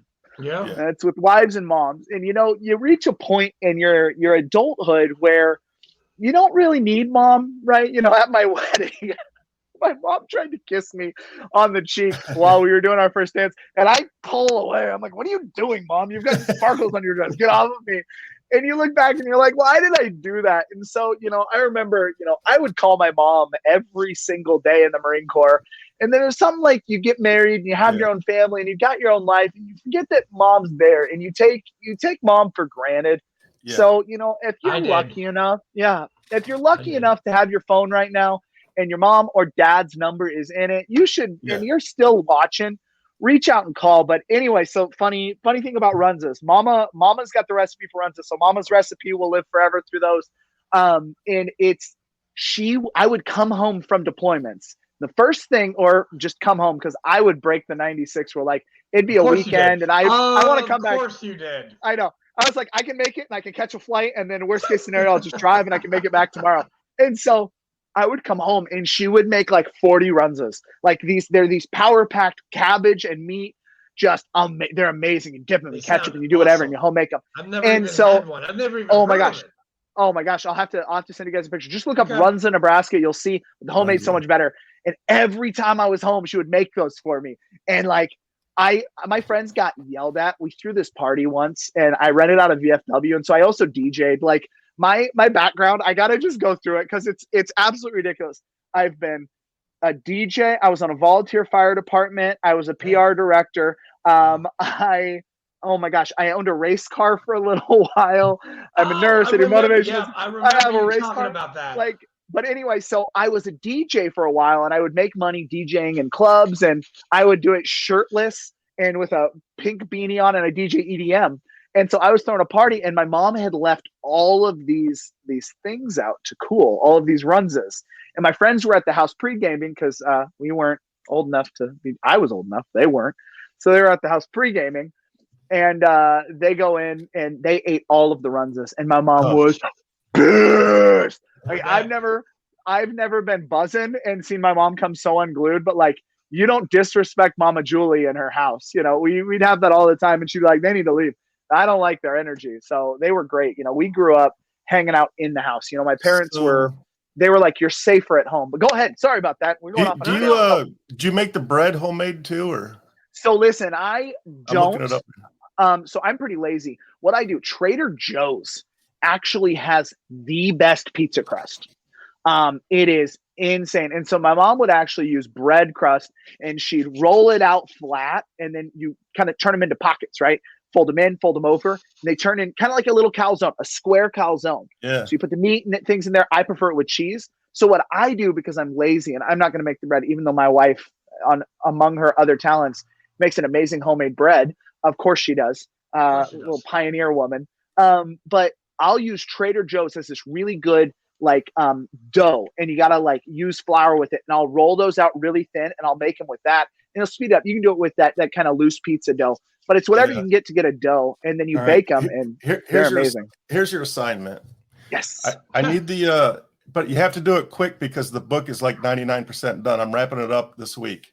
I'm texting mom right now to send me the recipe. I need the recipe. There you go. I want your logo. I want your logo, and I'm gonna put your mom's recipe, your logo, and your quota all on the same page. Let's see if mom will answer. She might be in bed. She had a long day today. Let's see. Come on, mom. Come on, mom. But yeah, we'll do that, and I'll get it going. Yeah, she answered. Mom, you're on the podcast right now. Say hi to everybody. Hi, Miss Julie. Everybody's saying hi. Hey, listen, they're doing a cookbook, and it's 99% done, and we're gonna put your runses in it. Are you okay with that? Yes. Well, yeah. So I need you to send it to me like ASAP, not tonight. So the book's 99% done. And so we're going to put my logo, your recipe, and my quote in there. So you got to get it going. Okay. You're literally like, I'm live on the podcast right now. Dude, only Alex Bratt would do this and call his mom. All right. I love you, Mom. Thank you. Bye, Miss Bratt. Everybody says goodnight. Bye. You're the only one. All right, so I'm gonna tell you my mom's story. I'm gonna tell you my mom's real story real quick. My mom, okay. It's not a happy ending. So, but I don't want to discourage you. My mom had cancer at a very young age. Well, when I say young age, she was 52 years old when she passed away. Yeah. She suffered for an entire year, and she was in the hospital for an entire year.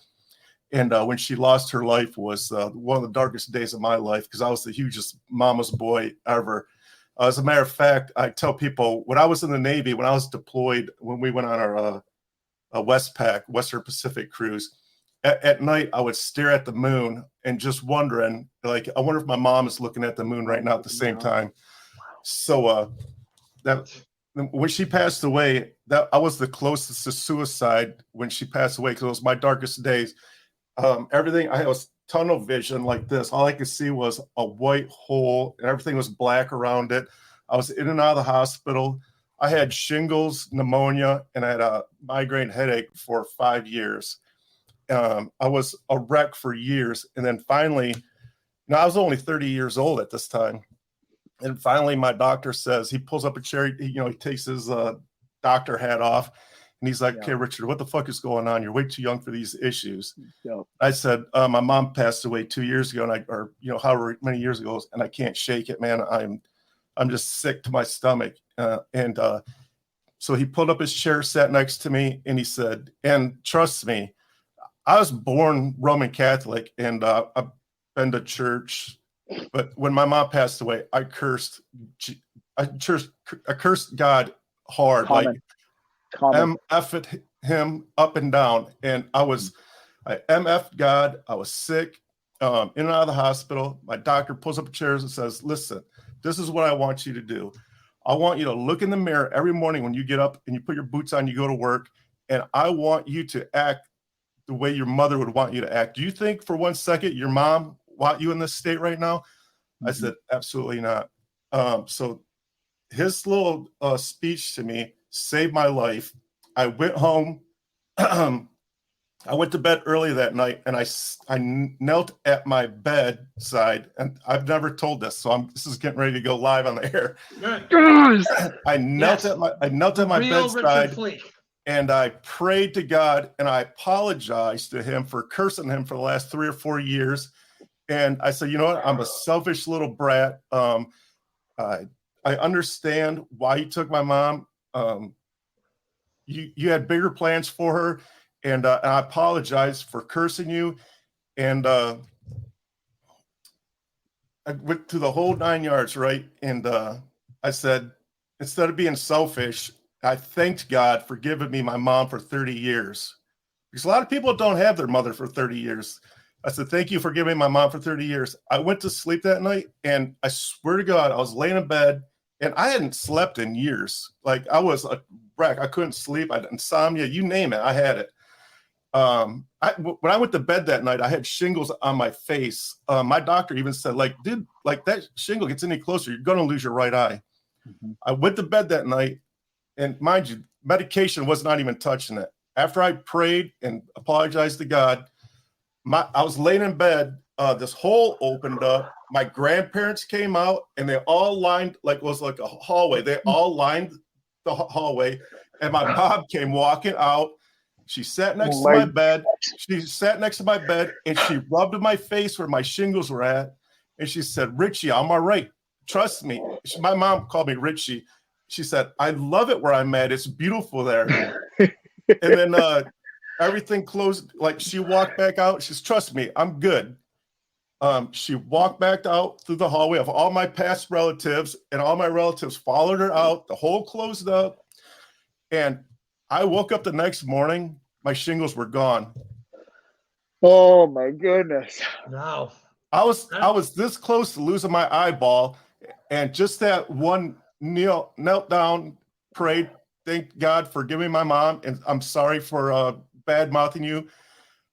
She sat down beside me. She rubbed my head till I fell asleep.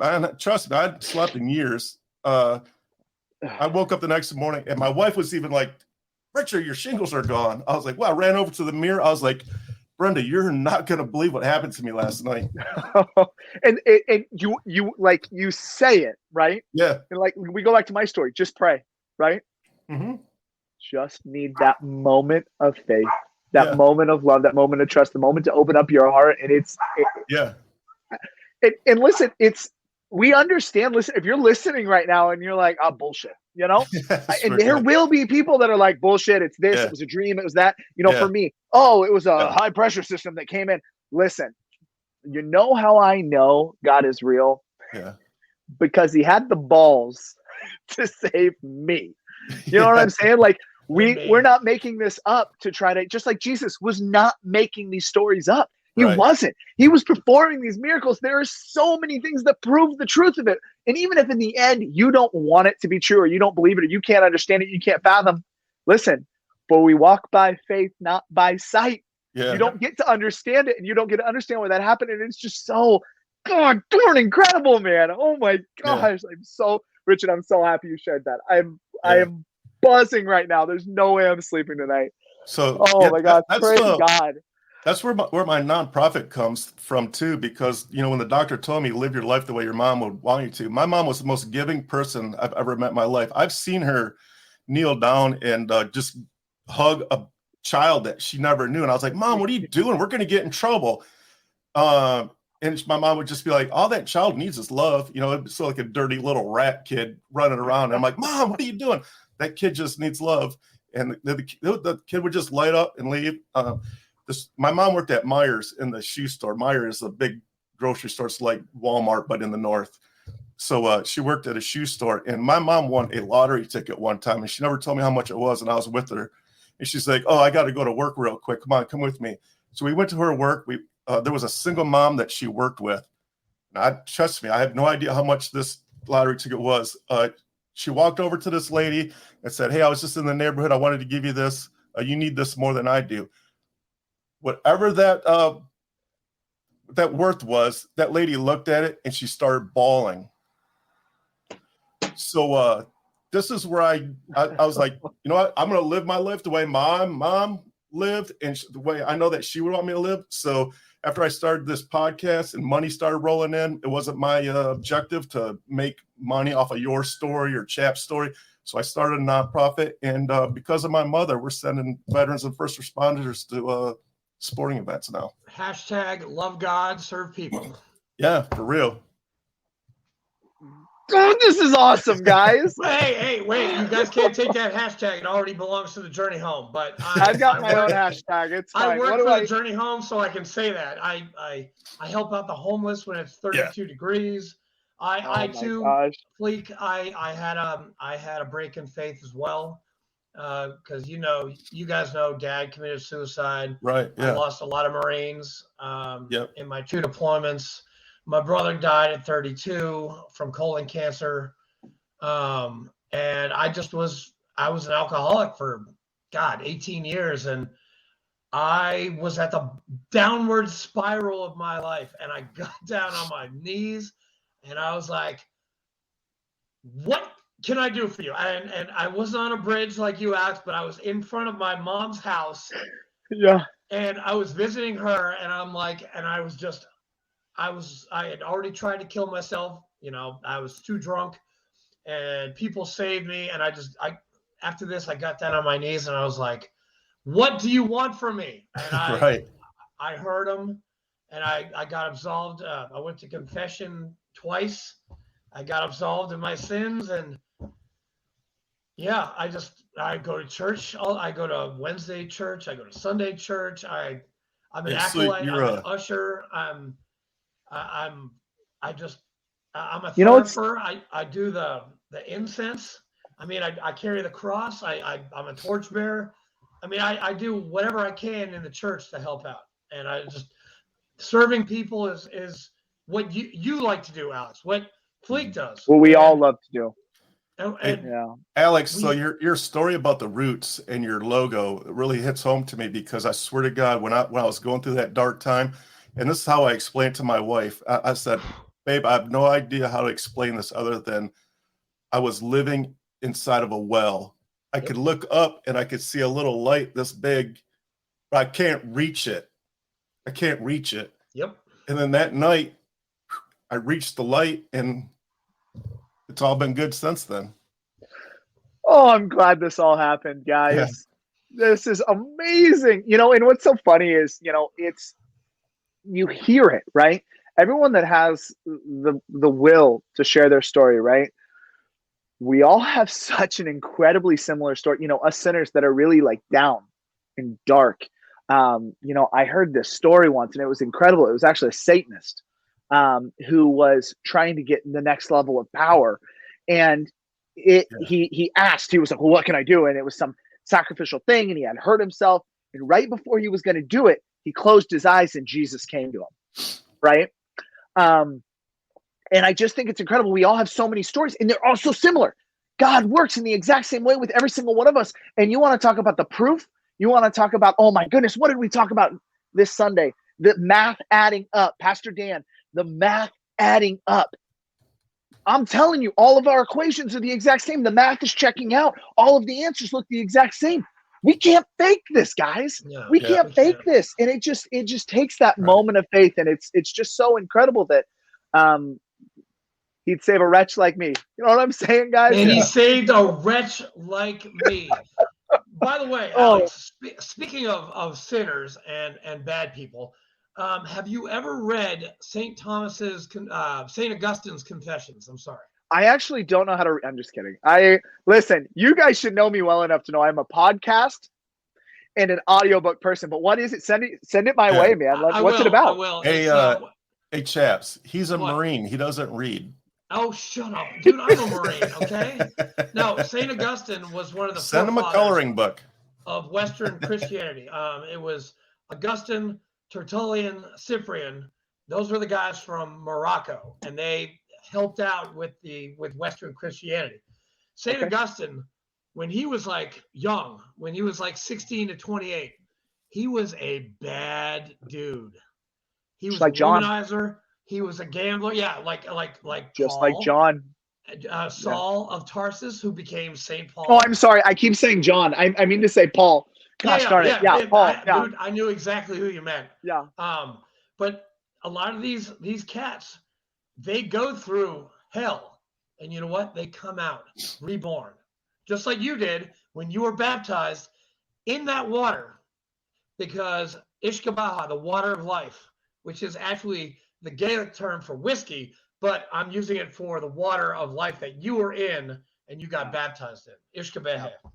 And here's the thing I want to tell people, just because now we've gone to a full Christian episode, and I hope we're reaching people. It went full Christian. No, it went there. Hey, it goes there. Listen, it's a spiritual warfare out there, and you know 100%. What? We need an episode. Oh my gosh! Listen, I have something that just hit me, guys, and I heard it the other day, and I heard a fraction of it, and I've kind of adopted it, and something I'm trying to work into one of my speeches because for me, I write. I'm constantly writing notes. For you, Pastor Bratt. It basically is. It's a sermon for you. Stop putting that on me. And listen, it's where is it at right now? And so it's this is what I wrote down, and it's talking about every day we're playing a game. I wrote this, and this is a note and something I'm trying to work into a speech. Every day we're playing a game, and our enemy has the playbook. They will use our words against us, whether that's society or the actual devil. But listen, Jesus, wandering through the desert after Jesus was baptized, wandering, and the devil constantly challenged him, using our own playbook, using God's own words against him. But Jesus knew it better, and Jesus understood the tests. And nothing matters, because if he is with me, then who can be against me? And the thing that people need to understand is we are living in a really incredibly dark time, right? Yep. Yes, the enemy knows our playbook. Yeah. They know our playbook, and they're going to try to use it against us. So we have to arm ourselves with every single tool. And I wish I brought my Bible out so I could hold it, thump it a little bit. But you've got to know the word, and you've got to hold it up, chaps. Hold it up, chaps. You need to understand the word. And if that's not Christianity, great. You need to understand this, though, and you need to listen to this. The devil, Warrior's Bible. The devil Warrior's Bible. And the enemy, whatever you want to call it, the enemy is against you, and they have your playbook. So harden your heart, surround yourself with people, and stay safe. And that's really what people need to know. They need to know that. We're getting preachy in here. No. See, I love it. Dude, Yeah, you would make a good preacher. Maybe a retirement plan, or God's gonna literally, you know how he is, visit me in my sleep, and then I'm gonna have to change careers tomorrow. I just got established in this one, darn it. If I do become a priest, I mean, shit, I got to retire at 72, because after that, you're done being a priest at 72. Like, you go and do something else. I mean, but that's only if I make it. Are you forced out at 72? You're forced out at 72. I didn't know that. You become a priest emeritus. Hold on, guys. Can you hear me? Yeah. Of course we can. I lost the stream. I don't know where it went. We see it's over here. No, I see Okay, cool. I'm back. Cool. My wife. So I'm using my wife's computer, and she keeps getting a call. And hi, Aaron Mills. Aaron Mills just called. That's my sister-in-law. Who, guys, let me tell you, you meet those people, and I got a bunch of people in my life, and her sisters and her mother I have never met. I'm showing the love out here, guys. You know, when you meet authentic people, her whole family is just so authentic and loving. So shout out to Aaron and Nicole and Mary Ellen. They are just the sweethearts, man. What's up, everybody? And I haven't said what's up to Big Money Mike. What's up, Money Mike? And Mom and Dad and Jeff and Eric. And hey, what's your mom's name? Julie Bratt. Julie Bratt. So if you got some time to pray tonight, y'all, throw Julie in your prayers. We've got a lot. You know, there's definitely some Hail Marys. Catholic pun intended. Football pun intended. See how I combined the two? Look at me. Look at me. I'm witty. Hey. Throw Hail Mary, full of Christ, the Lord's with thee. That's right. Listen, I can't get over the rosary. I'm Episcopalian, and actually, the Episcopal Church, we have a rosary. We have confession.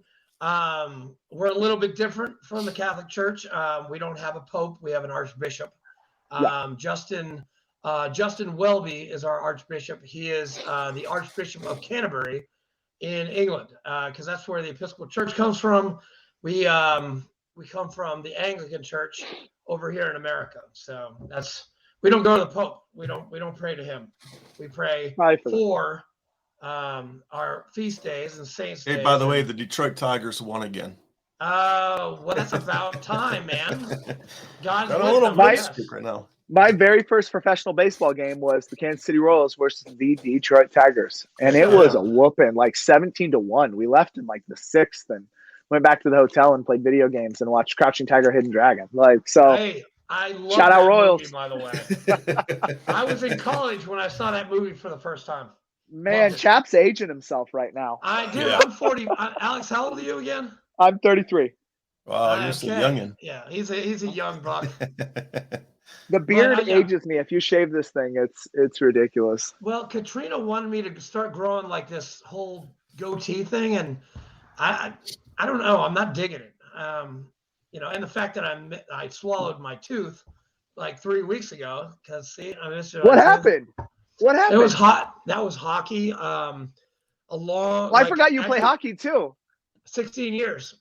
Yeah, I picked that. I'll tell you what, I picked that up after the Marine Corps. It is such a fun sport, and it's much lower impact than people realize. Except if you're a defenseman who likes to fight like this guy did. I spent more time in the penalty box than I did on the ice. I did the same thing. I'm a center. Oh, I mean, shit, you're fast. So I don't know anymore with my torn Achilles, but I'm a center, and I'll tell you what, I am a very aggressive center because I'd probably prefer to play defense, but I'm kind of quick, so I have to play center, and it's really fun. But I spent more time in the penalty box than most of our defensemen. Dude, I just, the checking from behind, the slashing, like dude, all that center in front of my crease, I would tear the shit out of him. I will get in the crease and I'll put my hand over the defensemen's faces, and I'll put it up in their mouths. I have a picture of Andrew back in his playing days. Oh, pull it up. Oh, the Hanson brothers. Yeah, that's right. Get the foil on, baby. Get the foil on. It's so funny. You son of a bitch. That's good. Hey, not many people have seen The Lowell Chiefs, okay? But that is a great movie. Awesome. Paul Newman is awesome. I'm dating myself because I was kind of young when I first saw that movie. And I was like, that's how I want to play hockey. I know we're not sports talk, but I just want to do one thing real quick while I'm on the topic of hockey. Yeah. Would Wayne Gretzky be as good as he was today without enforcers? No, he'd still be that good. He's dude. Okay, that's kind of a subject because you got Bobby Orr and you got people, comparing him to Wayne Gretzky. And, Bobby didn't have the enforcers. Wayne, he did. I don't know. I know. We'll do that on another. We'll hop on another podcast sometime, and we'll talk about that. Yes. Hey, and by the way, the Bruins. I'm going to say this right now. They're going to win the whole damn thing. That's right. The Bruins are going to win the whole thing. They're looking good. Mark my words. Okay, that's enough sports. This is a veteran podcast. Sorry. Dude, but hey, you know what? While we're talking about it, if you're looking to pick up a sport, there's this really cool thing. So me and my wife started picking up golf, and my daughter, oh my gosh, Rowan, which you're going to see eventually. I don't know if it's before this or after this. She just started her golf lessons again, and she's 5. That girl's 5. She has the most pure swing I've ever seen. But there's this really cool thing called PGA Hope. Have you guys heard of this? Yeah. Yep. I have. It's designed to teach veterans how to play hockey through a curriculum. And so for those of you guys looking for an outlet, I was playing hockey and my wife was like, hey, let's play golf. I'm so obsessed with golf now. Now I'm the Bryson DeChambeau, right? And that's probably how I tore my Achilles. I hit my 3-wood 280. I don't carry it 280, but listen, check out PGA Hope. I'm telling you, get into golf. You don't have to buy expensive equipment, but go check it out. I think another thing that veterans need, because we're kind of getting off topic. I'm going to, as the adult that I once in a while can be, I'm going to try to reel it in. With veterans, they need an outlet. You need an outlet. So find yourself an outlet. Sports. There's this cool thing. If it's in sports, PGA Hope, I play on a team called the Nebraska Warriors. There is a hockey program. You might have a Warriors hockey team. We have an old man's fart league in Nashville, but yes. So this is actually teams of disabled veterans that play, and you have to have at least a 10% disability rating to play at these different tournaments. And so it's Warriors hockey, and it's sponsored by the the governing body. I forget. But yeah, so there is disabled veteran hockey teams that are looking for people, and they have backers and funders, and we've put guys on the ice for the first time and provided them with gear. And so find an outlet. There's still a desire to compete for a lot of us. Right. And, I'm finding it right now, and I get to do it with my family. I hope one day my retirement plan / Rowan in her golf game, she either turns into like a Tori or a Nelly Corda. I don't know what she's going to be. She's really strong. But man, I wouldn't mind if she had a cool little Nelly Corda swing with a little beef behind it. But anyway, find yourself an outlet, guys. And there's no reason sitting in. If you're depressed right now and you're watching this and you've taken the 1 hour and 40 minutes and have literally nothing better to do, which I know there's some of you out there. So The thanks for still longest listening. podcast we've ever had, by the way. I'm sorry, guys. You can end it whenever you want, but No, dude. no, we're good. No. This is great. Yeah. This is gonna save lives, man. yeah. And so listen, if you're sitting at home and you've got nothing going on, like you find a friggin' outlet. Like we're gonna go from kind of the preachy and the Christian element and kind of the inspirational to the dead honest. Get off your ass. Like Right, yeah. no one, and I'm gonna really go on a tangent here. I have a very serious issue with this pillow right now hitting me in the back. I have a very serious issue with the modern veteran. Okay, and correct me if I'm wrong here. The modern veteran wants to talk about all of this. Oh, we don't like woke people and this and Republicans and Democrats. The modern veteran in my generation of veteran and veterans, I've seen more woke veterans than I've seen a lot of things. These people that feel so entitled, like, Oh yes. the world, the world owes me this, and the VA didn't do this for me, and I need this, and I need to park up front. The world doesn't owe you shit. Okay? The world doesn't owe you shit. You signed the dotted line. That was your idea. Now, if you're a Vietnam vet, you get a different world. But if you signed the damn contract, shut your mouth. Okay, listen, you are lucky that you got to provide for the country. And you need to remember the oath you swore. It wasn't, I'm here and I'm going to get an upfront parking spot and I'm going to get a discount at Walmart. No. So quit sulking about your service. Get off your ass and do something for society. So it's just something that's been weighing on me, man. No, Alex. That's on social. You actually just described my ass after I got out in 2008. I thought the world owed me everything. And you know what? I learned really quickly. They don't owe me shit. No. They don't owe me nothing. You owe them. You owe them. Exactly. You want to be that veteran. You want to be the best. You want to be all you can be. You want to hua. You want to hoorah, whatever. You want to hua. Rangers lead the way. Anchors away, my boys. There we go, I don't know. But listen, finally, a Navy. Finally, something about the Navy. Listen, I'm sorry. I forget we're on a Navy podcast. I'm sorry. Here, let me. Maybe I can wear some booty shorts or something for. Hey, the Navy. I'm wearing my booty shorts, by the way. Hey, real quick, chaps, did you see what I got baptized in? Go back and watch the video. Wait a minute. We used to, in fraternity parties, we used to keep our beer in shit like that.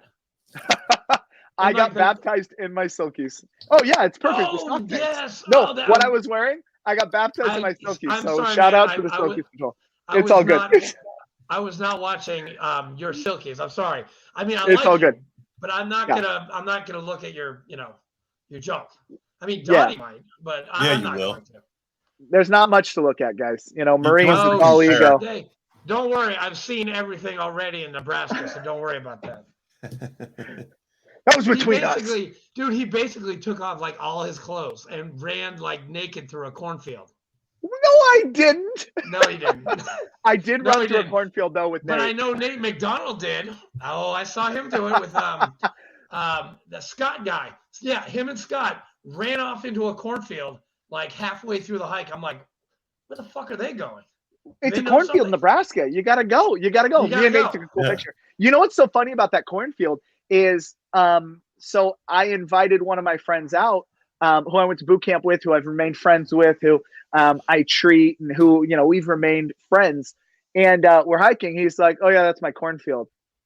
We were hiking through his cornfield, and I didn't even know it. So it was cool. That was in Lincoln, right? Ashland, Nebraska. Ashland, Nebraska. He was looking for a baseball game. Man, you build it, they will come. They will come. The Silkies hike, volunteering. You do it, they will come. Hey, are you? Do you have any plans to go to Germany or England or Guam or Alaska or Normandy, France, for those hikes? This Achilles that I tore. I wonder if you can tell the difference anymore. I don't. Probably not. You can't. No, but they look nice. They're real nice. For the ladies. Yeah. Dude, this is a tiny calf now. I'm literally not cleared hot to do anything for 6 to 8 months. It was such an aggressive tear. There was a centimeter in between the bottom of my Achilles and the top of my Achilles. It didn't hurt, which was the interesting thing. But the funny thing, and I want to talk about the VA real quick, because I'm really sick of how hard. No, I'm sick of how hard people talk about the VA. The VA, and let me tell you a few things from a healthcare expert, right? This has been bothering me. I got to fix this. There we go. There's the strings. If you've been watching, you've been seeing me try to figure it out, but it's inverted. The pillow, I was inverted. the strings. I mean, you're I was inverted. I was you inverted. Just don't look comfortable, man. I know. I'm really comfortable. I'm all amped up, and it's past my bedtime, but I'm so excited to be with you guys. But listen, okay, so the VA, I want to talk about the VA real quick. Bless the VA. Listen, if you're having an issue at the VA, it's probably because you're not a very good patient advocate, right? You need to understand, veterans, that you have to be your own individual person. You need something, keep asking, keep asking, keep asking. Don't request something and then sit back and wait and go, oh. So I tore my Achilles. Be proactive. Be your person. You need to mention what you need. And if you didn't get help, you call back and you call back and you call back until you get it. Because for me, I tore my Achilles at Saturday at 1 a.m. So technically Sunday at 1 a.m.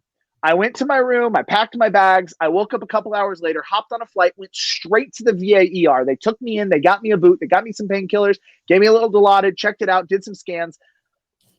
And understand, you have to be your own advocate.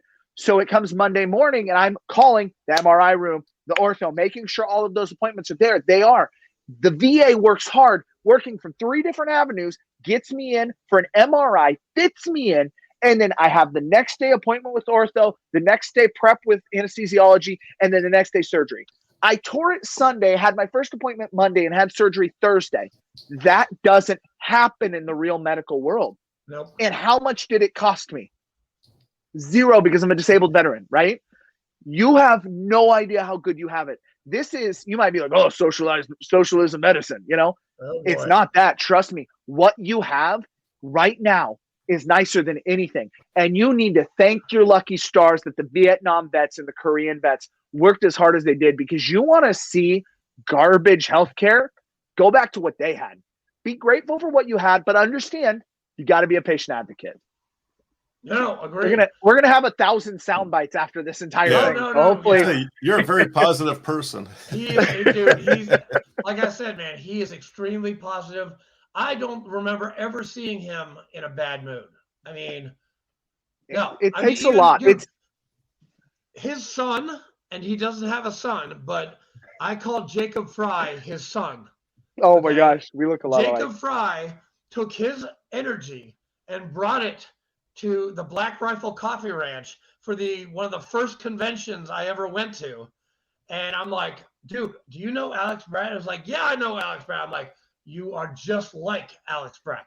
Me and Jake, like, we go on it. We've gone on. Shout out to JP. What's up? And the entire 96.9 crew. Everybody's getting a shout out today. Yes. So we went on his show, and both of us, and you put the 2 of us in a room together, it's like trapping 2 squirrels on cocaine. Yep. Just we get all built up and we feed off of each other. It's so much fun.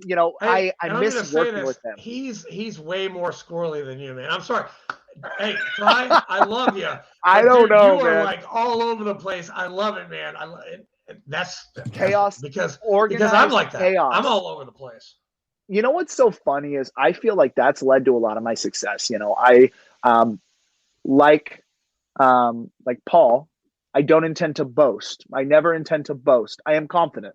I'm very confident, which comes from being a Marine, and it comes from working as hard as I did. I mean, after the Marine Corps, I went to nursing school. I worked for 2 nonprofits as internships, ended up having a race car, getting married, having family, then got into my first job and got into a directorship. So now I'm a director at a medical clinic, and I'm so proud of it. Shout out to Ageless Men's Health. I can't thank them enough for having trust in me.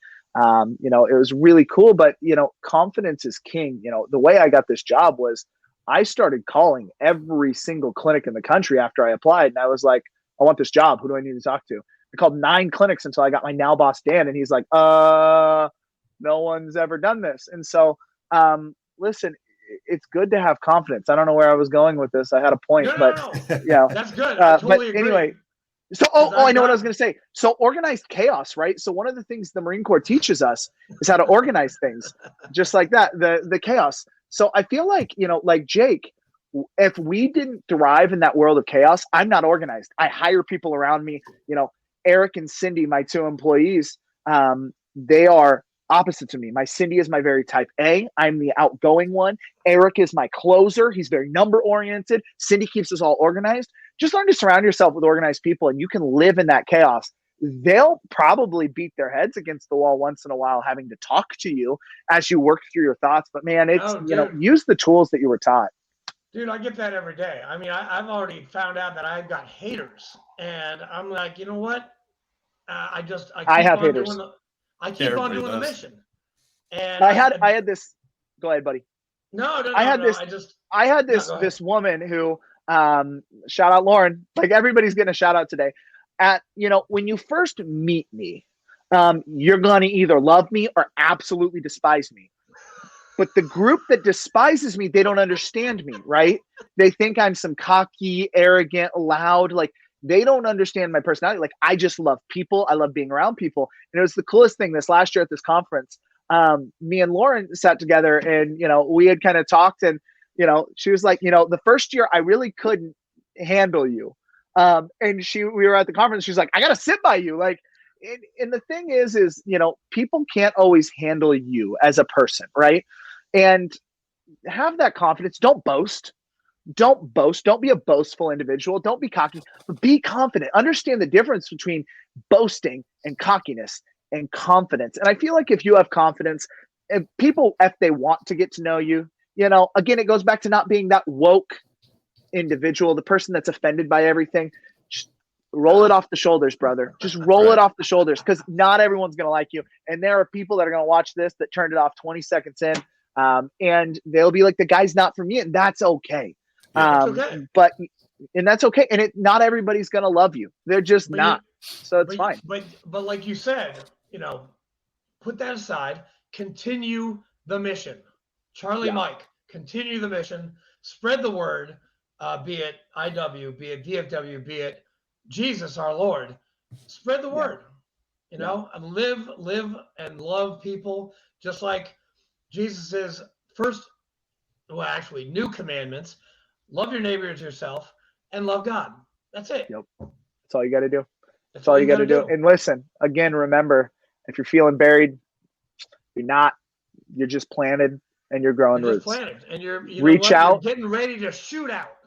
Yep, and reach out. You have no idea that just saying hi to one person, that one person, you can save their life by just saying hi. But yes. I think that does it, boys. We got anything else we need to cover tonight? I'm like, wait. Is Alex running the podcast? Yes. Okay. I don't know, boys. I don't want to take all your time. I will be on here until 2 a.m. Like, I will come on again. Whatever you need. If you need a last minute guest, you guys let me know. I just want to make sure that you guys go to bed, because I don't want to wear you out too much tonight. Dude, I got a lifeguard tomorrow. Fleek's got to go to work. But dude, speaking to you, we definitely want a follow-up episode with you. I've got whatever you guys need. I've got a request, and I'm gonna Facebook message you this request. It's something that I'd love to have you down here for. I guess I'd love to have you at the golf tournament, which, by the way, guys, is April 29th. But there is something I want you to come to, and I'll pay for your ticket to get down here, and you're going to stay with us. But it's going to be in June. So just be ready for that message. Let me see if I can make that happen. June's mom's birthday, and June gets a little crazy. And then with work getting off. But I'll see what I can do. Okay. And if not, maybe it's something we can set up a screen and I can come in on. So just let me know. Sure. We'll see what I can do for you. Yeah. Let me see what I can do for you. And you just let me know. Okay, buddy? Yeah, of course. I'll do everything I can. It's that weird, weird phase of life, man. Hey, Alex, stick around for a second. I'm going to hit the end record button. I just want to make sure you get uploaded here. I just want to give a shout out to our listeners. If you're still hanging around 2 hours in, it's like a marathon here. Thank you for coming in. Alex, thank you for your service. Thanks for jumping on. Thank you. And don't forget, thank you, VFW 12206, for sponsoring this show. Yes. And guys, you can find me on Facebook, Alex Bratt. You can find me on Instagram, Alex_ANDERBRATT. Find me, reach out to me. I'm getting into this phase where I'm going to be starting to post a little more content. This this title here is new for me, but see, I got it pointed. I figured it out by the end of the 2 hours. I was looking I right got it at figured out. Yeah. Wait, So right, yeah. reach Oh, out yeah. to me. Look, I it's want to right hear here. from you. I want you to tag me. I want to know what's going on in your life, and I am going to try to do my best to start posting some more content that might help you in your Good. life. So just reach out, y'all. Yeah, good. Yes. All right, and make sure you look out for the cookbook here coming soon. Yep. We're waiting for Alex's recipe. I literally have it right here. Yes. And again, thanks for jumping on. Thanks for watching, everybody. Much love. See you guys next week.